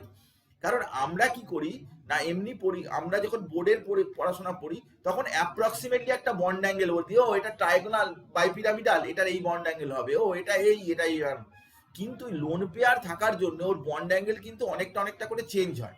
প্রত্যেকটা লোন পেয়ারের জন্য 2.5 ডিগ্রি করে চেঞ্জ হয়ে যায়। তো 2.5 ডিগ্রি করে চেঞ্জ হয়ে গেলে লোন পেয়ারগুলোর মধ্যে অ্যাঙ্গেল কত বা বন্ড পেয়ারগুলোর মধ্যে অ্যাঙ্গেল কত, এই সমস্ত বিষয়গুলো চলে আসবে। তো উইদাউট ডি অরবিটালের হাইব্রিডাইজেশন কার কার সাথে হতে পারে সেটা আমি বললাম, এস আর 3টে পি। এস পি হলে যে কোনো একটা পি নিয়ে নিবি, sp2 হলে যে কোনো দুটো পি, আর sp3 হলে px py pz তাদের কত কত পার্সেন্টেজ এস ক্যারেক্টার এবং সেখানে অ্যাঙ্গেল ট্যাঙ্গেল কি হতে পারে সেগুলো আমি প্রত্যেকটাই বললাম। আশা করছি বুঝতে পারছিস এবং ভালোও লাগছে। তো এখানে আরো একটা জিনিস আমি তোকে বলবো, সেটা তুই আমার কথাটা ভালো করে তুই শোন। এটা এই যে টেবিলটা তোকে দেখাচ্ছি, এই টেবিলটা তোকে মানে বিভৎস তোর কাজে লাগবে, এইটুকু আমি তোকে গ্যারেন্টি দিতে পারি নিটের পরীক্ষার জন্য। তুই এই টেবিল কিন্তু খুব ভালো করে মনে রাখবি, কারণ এই টেবিল কিন্তু তুই বইতে পাবি না। কেন আমি তোকে বলছি, দেখ এখানে sp3d, এবারে ডি কি বলতো, ডি অনেকগুলো হয়, D x Y, D Y Z, D Z X, D x square minus Y square, D Z square, এই এতগুলো ডি অরবিটাল হয়। কিন্তু sp3d মানে সবাই ভাবে যে কোনো ডি, কিন্তু sp3d যে অরবিটালটা সেটা হচ্ছে কি না, এটা ডি জেড স্কোয়ার, এখানে পারফেক্টলি ডি জেড স্কোয়ার। কেন আমি তোকে বলবো, নেক্সট ক্লাসে আমি তোকে বলবো, বেন্টস রুল আছে, হ্যাঁ সেসব নিয়ে আমি তোকে বলবো, কিন্তু ডি জেড স্কোয়ার অরবিটালটাই কিন্তু sp3d তে, অন্য কোনো ডি নয়। কিন্তু ওটা ছাড়াও কিন্তু আরো একটা ডি রয়েছে, ওটা ছাড়াও আরো একটা sp3d রয়েছে। দেখ উপরে দুটো দেয়া রয়েছে, দুটো দেখতে পাচ্ছিস, একটা হচ্ছে sp3d আর একটা তার নিচেতেও লেখা আছে যে sp3d, এটা দুটোই রয়েছে। তাহলে দেখ এখানে একটা রয়েছে ডি জেড স্কোয়ার, একটা D x square minus Y square. তাহলে এটা কি না, এইটা একটা দুটোর আলাদা আলাদা এরকম নাম হয়ে যাচ্ছে। তাহলে এটা হচ্ছে কি না, এটা স্ট্রাকচারটা যদি হয় ট্রায়াগোনাল বাই পিরামিডাল, এই স্ট্রাকচার। আর এটা হচ্ছে কি না, এটার নাম হচ্ছে স্কোয়ার পিরামিডাল। কেন এমন হচ্ছে সে নিয়ে আমি তোকে বলবো, কিন্তু আপাতত তুই এটা জেনে রাখ যে এই অরবিটাল গুলো dxy dy zdx এগুলোকে হাইব্রিডাইজেশনে পাবি, কিন্তু একটা দুটো হাইব্রিডাইজেশনে তুই এদেরকে পাবি, যেখানে d3 আছে সেখানে পাবি, d3 জায়গাতেই তুই ওই হাইব্রিডাইজেশন ডি অরবিটাল গুলো পাবি, dxy dyz dzx। কারণ এই দুটোকে ডি যদি নিয়েও নিস তাহলে d3 তে আরো একটা ডি দরকার লাগে, সেটা কোনো একটা প্লেনের ডি দরকার লাগে, সেটা আমি তোকে বলে দেবো। তো dsp2 সেখানে কি না, ডি হচ্ছে x square minus Y square, আর এস px py pz যে কোনো তুই নিতে পারিস। এটা যদি তুই এটা যেহেতু X square minus Y square নিয়েছিস, অটোমেটিক্যালি এটা কিন্তু এক্স ওয়াই প্লেনেই নিতে হবে, যেহেতু এটা D x square minus Y square নিয়েছিস, এই দুটো কিন্তু ফিক্সড হয়ে গেছে। এবারে sp3d2, এটা দেখ ns px py pz, এবারে এটা x square minus Y square আর এটা জেড স্কোয়ার। দেখ এটা জেড আছে, এটা জেড স্কোয়ার তুই নিয়েছিস, আর এক্স ওয়াই একই প্লেনে তুই এক্স ওয়াই এর সাথে ওটা নিয়েছিস। এবার d2 sp3, এ দেখ x square minus Y square D Z square, আর এখানে এক্স আছে ওয়াই আছে জেড আছে। দেখ sp3d2 আর d2 sp3, এটা বাইরের ডি আর ভিতরের ডি এরকম ডিফারেন্স হয়ে যাচ্ছে। sp3d3 এইখানে দেখ sp3d3 তে ns px py, এই দেখ px square minus Y square, এবারে x স্কয়ার মাইনাস ওই প্লেনেই আছে xy, আর z pz আর dz স্কয়ার। এখানে কিন্তু তুই yz y xy না নিয়ে যদি ওয়াই জেড নিস হবে না, কারণ x square minus Y square নিয়েছিস তো, তাহলে x square minus Y square যে অ্যাক্সিস বরাবর ওই প্লেনেই তোকে নিতে হবে। তো ডি এক্স ওয়াই আর and p z d and d Z square. আর D3S এটা আমি বলেছি পটাশিয়াম পারম্যাঙ্গানেট, এটা নিয়ে আমি ডিটেলে বলবো। K2Cr2O7 এগুলোর ক্ষেত্রে হয় DXY DXZ DYZ। এটা মানে ইন বিটুইন অ্যাক্সিস এই হয়, এখানে কোনো পি জড়িত নয়, এখানে এনডি জড়িত, n-1d জড়িত, এখানে কোনো পি অরবিটাল নেই। পি অরবিটাল ছাড়া শুধু ডি আর এস দিয়ে এই একটাই হাইব্রিডাইজেশন আছে, বাকি সব জায়গায় কিন্তু এস সাথে পি থাকে, তারপর তার সাথে ডি থাকে। কিন্তু এখানে যতগুলো কম্বিনেশন, সব কম্বিনেশন গুলো আমি তোকে দেখালাম। তোকে কিন্তু ভালোভাবে বারবার পড়তে হবে, বারবার মনে রাখতে হবে, না হলে কিন্তু এটা একেবারেই কিন্তু জমবে না ব্যাপারটা। দেখবি যে কোশ্চেন অ্যান্সার করার সময় তুই কিভাবে এই জিনিসগুলো কাজে লাগে, তখনই তুই বুঝতে পারবি যে আসলে এই জিনিসগুলোর ইউটিলিটি কি। যখন এই প্লেনে কোন কোন ডি অরবিটাল ইউজ হবে, এখানে কোন পার্টিকুলার ডি অরবিটালটা এই হাইব্রিডাইজেশনে ইউজ হয়, ওই হাইব্রিডাইজেশনে এখানে যখন জিজ্ঞাসা করবে তখন দেখবি যে মজাটা পাবি, যে তোর পার্টিকুলার তুই যাতে বুঝতে পারিস। এই হাইব্রিডাইজেশন আমি আলাদা করে দেখাবো তোকে, দেখালেও তো তুই বুঝতে পারবি। আমি তোকে আউটলাইন দিচ্ছি হাইব্রিডাইজেশন কত গুরুত্বপূর্ণ বিষয়, তুই এটা বোঝার চেষ্টা কর, নাহলে কিন্তু একেবারেই তোর ভাল লাগবে না। এবারে দেখ যে যত এস ক্যারেক্টার বাড়ে, এদিকে হচ্ছে কি পার্সেন্টেজ অফ পি ক্যারেক্টার নিচের দিকে বাড়ছে। যত পি ক্যারেক্টার বাড়ে সেটা পি এর মতো শেপ হয়ে যায়, কিন্তু এদিকে হচ্ছে কি পার্সেন্টেজ অফ এস ক্যারেক্টার বাড়লে কি হয়ে যায়, ওটা স্কুইজ টাইপের করে যায়, মানে ওটা এস এর মতো হয়ে যায়, যে ক্যারেক্টার বাড়বে তার মতো হয়ে যাবে। এটা কি এখানে 50% এস ক্যারেক্টার, 50%, এটা 25% এস ক্যারেক্টার। তো এস ক্যারেক্টার যত বাড়ছে তত কিন্তু সেটা অরবিটালটার চেহারাটা ওরকম হয়ে যাচ্ছে, কম্পাউন্ড গুলোর চেহারাটাও কিন্তু ওর সাথে কোরিলেটেড হয়ে যাবে এস ক্যারেক্টার বাড়ার সাথে সাথে। তো আমরা প্রথমে এসপি হাইব্রিডাইজেশন, খুব সিম্পল হইতে বলছি, খুব এসপি হাইব্রিডাইজেশন কার সাথে কার হবে না, এস এর সাথে পি এক্স এর হতে পারে, পি ওয়াই এর হতে পারে, পি জেড এর হতে পারে। তো এটা ডিপেন্ড করছে যে হাইব্রিডাইজেশনের পরে কোন অরবিটালটা হবে, এটা এই এক্স এক্স পি এক্স না পি ওয়াই না পি জেড, তার উপরেই টোটাল বিষয়টা ডিপেন্ড করবে। এখানে আমরা সেই অনুযায়ী ব্যাপারটা দেখব। এবং এখানে সবসময় মনে রাখবি যে এটা কিন্তু ভিতরে ভিতরে আরো এরকম একদিকে ছোট, এটা বড় আছে, আর এদিকটা বড় আছে, তার ভিতরে ছোট আছে। এই অরবিটাল দুটো একসাথে জুড়ে দিয়ে এরকম এসপি করা থাকে। এ দেখ একটা অরবিটাল এরকম তৈরি, ছোট এই বড়, আর একটা হচ্ছে এই বড় এই ছোট। এই ভিতরে ভিতরে ছোট পার্ট গুলো কিন্তু থেকে যায়, অন্য অ্যামপ্লিটিউড পার্ট গুলো থেকে যায়। এই যে অ্যাক্সিসটা হবে, এই অ্যাক্সিসটা কিন্তু সবসময়, তাহলে এখানে একটা central atom A B B এবং এর অ্যাঙ্গেলটা হচ্ছে কত 180 ডিগ্রি, এটাই হচ্ছে regular bond angle R B A, regular bond angle. এখানে নর্মালি হাইব্রিডাইজেশন করবি যখন, তখন কিন্তু এই দুটো হাইব্রিডাইজেশন করলে 180 ডিগ্রি বন্ড, এটাই হচ্ছে regular bond angle, linear SP hybridization. শুধুমাত্র আমরা লার্জার লোবগুলো, যেগুলো এই ছোট লোবগুলো যেগুলো ভিতরে আছে, সেগুলো আমরা দেখাই না। এসপি হাইব্রিড শোন টুগেদার লার্জার লোবস অনলি, বড় লোবগুলোই আমরা দেখাই। এটা আমাদের একটা ছবি আঁকাতে ভুল, ভিতরে ভিতরে থাকে আরো ছোট লোবগুলো থাকে। প্রত্যেকটা দুটো অরবিটালকে একসাথে জুড়ে দিয়ে লেখা হচ্ছে, এই একটা অরবিটাল এসপি, এটা একটা এসপি, আর এটা আর একটা এসপি। তো এই দুটোকে যদি একসাথে তুই কম্বাইন করে লিখিস তাহলে তো এরকমই দাঁড়াবে। কিন্তু ছোট লোবগুলো গেল কোথায়? ছোট লোবগুলো ভিতরে আছে, ভিতরে আছে, ছবি আঁকার সময় দেখানো হয় না, কোথাও কেউ দেখায় না, কিন্তু দেখানো উচিত, নাহলে ভুল হয় জিনিসটা। সেই জন্য অনেক সময় কয়েকটা ছবি এঁকে দেখায় যে এর মধ্যে কোন হাইব্রিডাইজেশনের ছবিটা ঠিক আছে, কোনটা ভুল আছে বলো। তো কোথাও কোথাও ভিতরে ওরকম ছোট ছোট আঁকা থাকে, কোথাও কোথাও আঁকা থাকে না, তুই চমকে যাবি।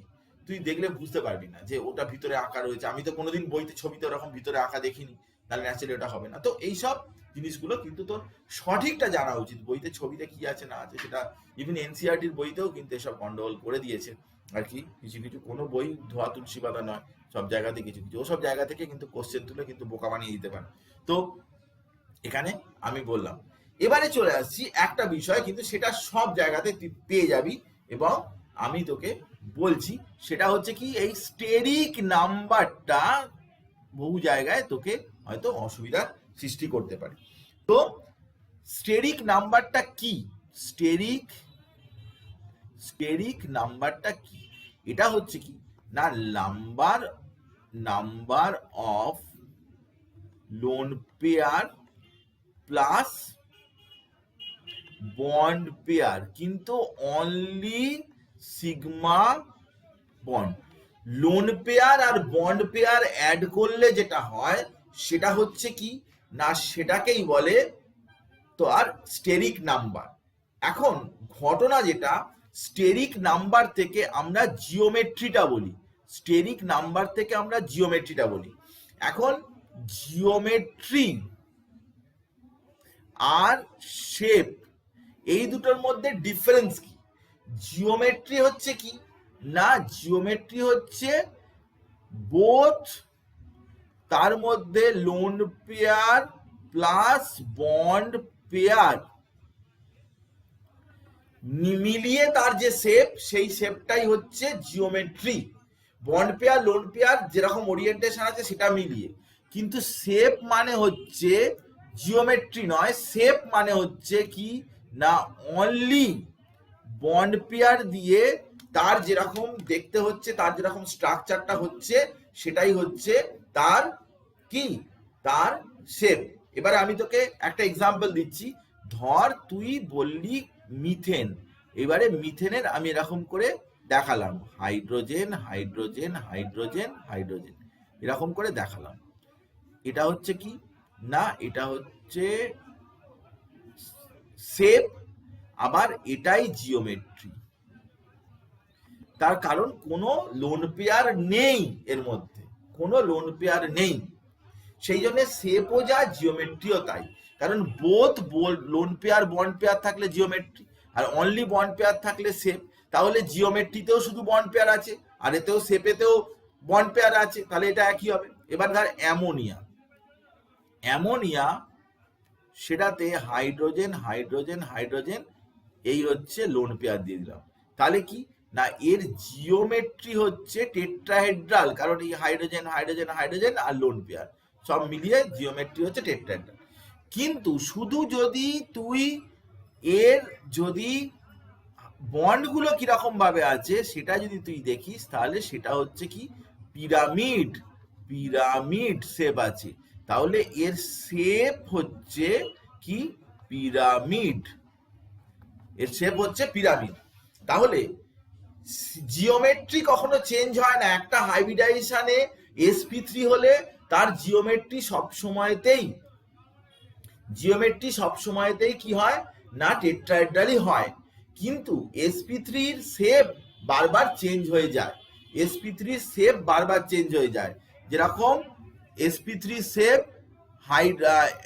মিথেন, এটাও sp3 টেট্রাহেড্রাল। বন্ড অ্যাঙ্গেল কত? বন্ড অ্যাঙ্গেল এখানে 109 ডিগ্রি 28 মিনিট। অ্যামোনিয়া, এটাও টেট্রাহেড্রাল, কিন্তু তার শেপটা চেঞ্জ হয়ে যাবে, জিওমেট্রি টেট্রাহেড্রালই থাকবে, 107 ডিগ্রি 20 মিনিট। আর কি অ্যামোনিয়া, ওয়াটার H2O, এটাও কিন্তু কি টেট্রাহেড্রালই হবে, জিওমেট্রি শেপ হচ্ছে ভি শেপ, 104 ডিগ্রি। আর HF, ওটাও ধর আমরা করলাম, তারও টেট্রাহেড্রাল, কিন্তু তার বন্ড অ্যাঙ্গেল কত হবে? HF এর বন্ড অ্যাঙ্গেল কত হবে? বল। HF বন্ড অ্যাঙ্গেল কত হবে? 180 ডিগ্রি।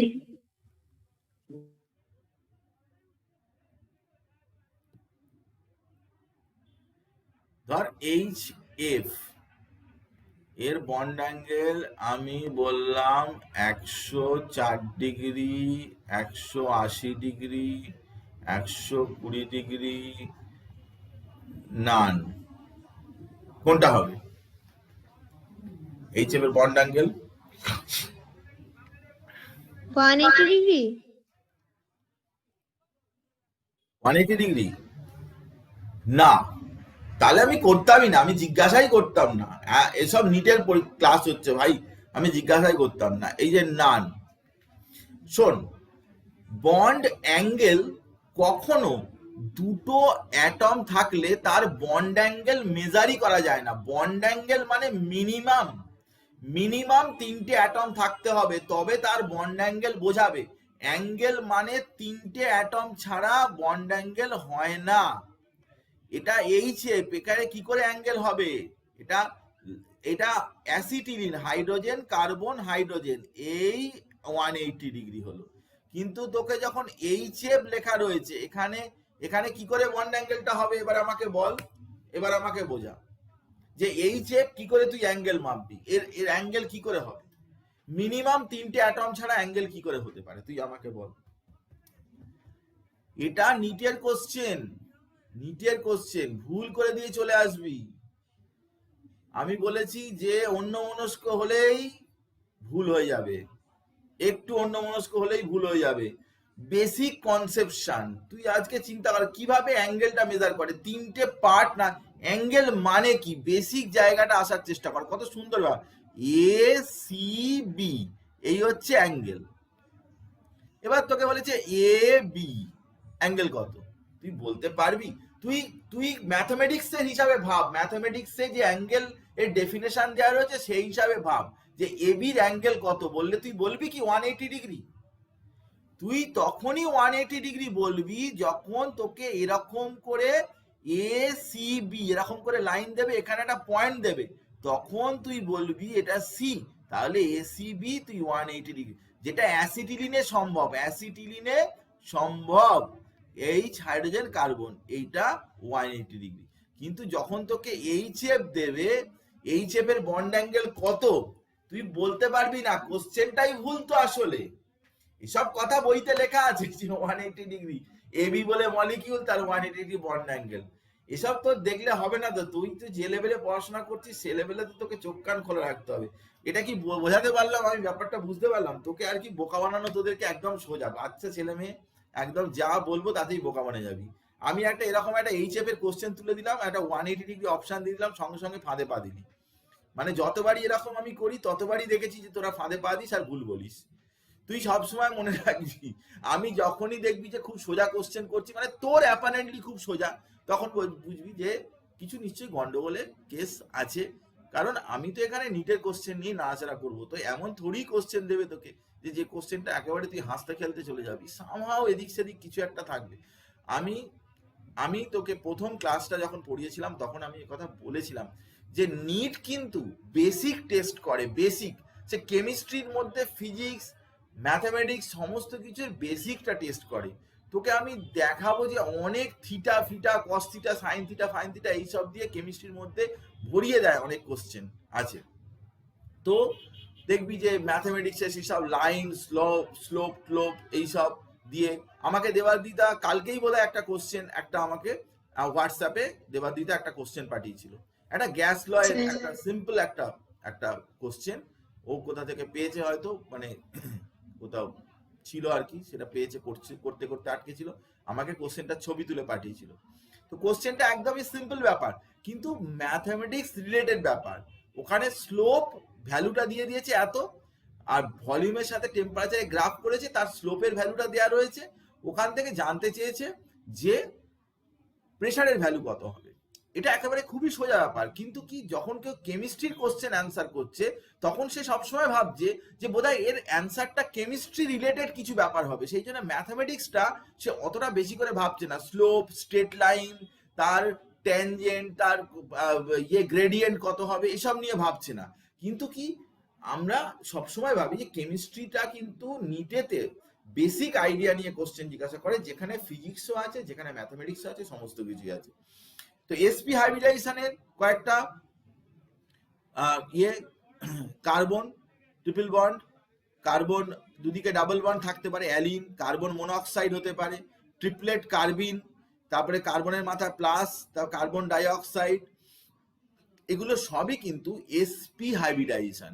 আমি তোকে শুধু আজকে একটা জিনিস আমি তোকে বলে দেব, যেটা দিয়ে খুব সহজে কোনো কম্পাউন্ডকে তুই চিনতে পারবি যে কম্পাউন্ডটা অ্যাকচুয়ালি কোন পার্টিকুলার গ্রুপে ওই সেন্ট্রাল অ্যাটমটা রয়েছে।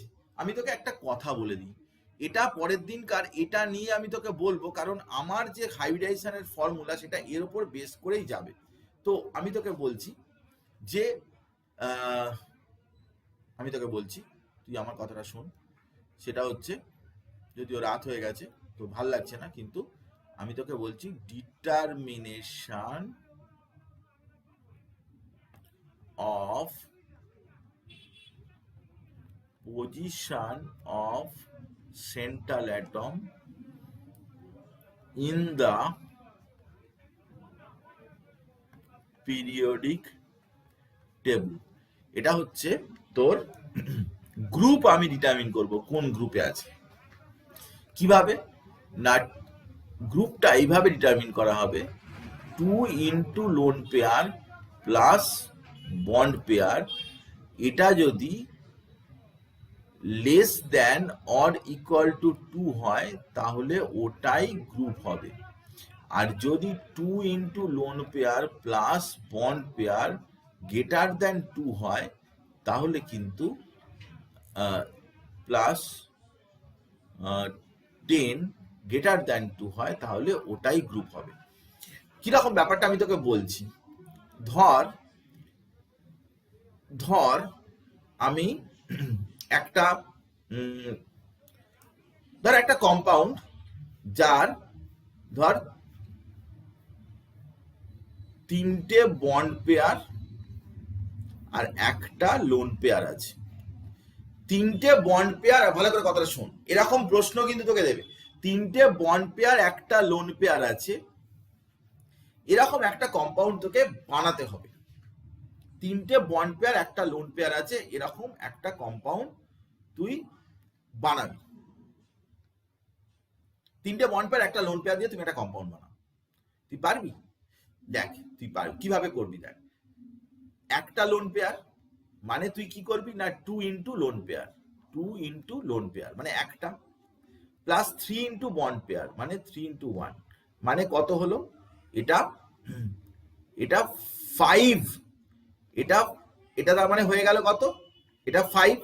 তাহলে 5 কিন্তু কি না লেস দেন গ্রেটার দেন 2। তাহলে এর সাথে তুই কি করবি না 10 অ্যাড করে দিবি, তাহলে কি হবে না 15। তার মানে এই যে 3টে বন্ড পেয়ার একটা লোন পেয়ার দিয়ে তুই 15 গ্রুপের কোনো এলিমেন্ট দিয়ে এই কম্পাউন্ডটা তুই তৈরি করতে পারিস। 15 গ্রুপের কোনো এলিমেন্ট দিয়ে তুই এই কম্পাউন্ডটা তৈরি করতে পারিস।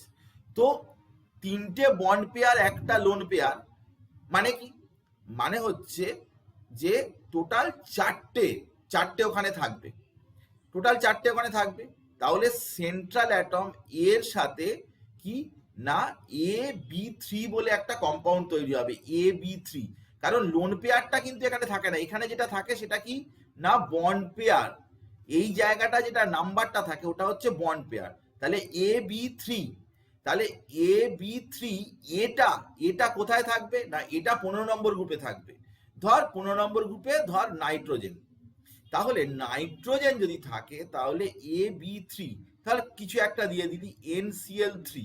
তাহলে এটা নাইট্রোজেন প্রথমটা হবে না, মানে প্রথমটা তো হয় না, নাইট্রোজেনের তো ডি অরবিটাল কিছু থাকে না, সেই জন্য নাইট্রোজেনটা বাদ দে। এবার ফসফরাসটা যদি তুই করিস তাহলে PCl3, তার হচ্ছে কি না, বা নাইট্রোজেনে তুই করতে পারিস, নাইট্রোজেনের তো একটা লোন পেয়ার, তাহলে নাইট্রোজেনের একটা লোন পেয়ার, তাহলে NCl3 বা PCl3 তারও একটা লোন পেয়ার, তাহলে দেখ 3টে বন্ড পেয়ার একটা লোন পেয়ার কম্পাউন্ড তৈরি হয়ে গেল। আমি আবার তোকে বলছি, দেখ জিনিসটা তুই বুঝতে পারিসনি। এ দেখ, ধর আমি কথা বলছি, ধর তোকে তোকে বলেছে যে sp3 হাইব্রিডাইজেশন, sp3 হাইব্রিডাইজেশন এমন sp3 হাইব্রিডাইজেশন হলে কি হয় না, বন্ড পেয়ার 4টে লোন পেয়ার 0 হতে পারে। sp3 মানে কি, মানে 4টে অরবিটাল, 4টে অরবিটালে 4টে হচ্ছে বন্ড পেয়ার, একটা লোন পেয়ার, 0 লোন পেয়ার, বা বন্ড পেয়ার 3টে লোন পেয়ার একটা হতে পারে, বা বন্ড পেয়ার 2টো লোন পেয়ার 2টো হতে পারে, এরকম হতে পারে, বা বন্ড পেয়ার একটা লোন পেয়ার 3টে এরকমও হতে পারে। তো ধর তোকে বলেছে যে এরকম একটা এক্সাম্পল দাও যে যার বন্ড পেয়ার 2টো লোন পেয়ার 2টো, এরকম এক্সাম্পল দাও। তুই এবার কি করবি না, 2 × 2 প্লাস 2 × 1, তাহলে কত হচ্ছে না 4 + 2 মানে হচ্ছে 6, 6 তো 2 এর চাইতে বেশি হয়ে গেল, তার মানে ওর সাথে 10 অ্যাড করে দিবি, মানে 16 গ্রুপের কোনো এলিমেন্টের কথা বলছে। 16 গ্রুপে কি আছে না, অক্সিজেন, সালফার, সেলেনিয়াম, টেলুরিয়াম এইসব আছে। অক্সিজেন দিয়ে তুই একটা কম্পাউন্ড বানিয়ে দে, অক্সিজেন দিয়ে কি H2O, দেখ অক্সিজেনের 2টো লোন পেয়ার আর 2টো বন্ড পেয়ার, দেখ 2টো লোন পেয়ার 2টো বন্ড পেয়ার মিলে যাবে, এই দেখ এটা দিয়ে তুই একটা কম্পাউন্ড তৈরি করতে পারলি।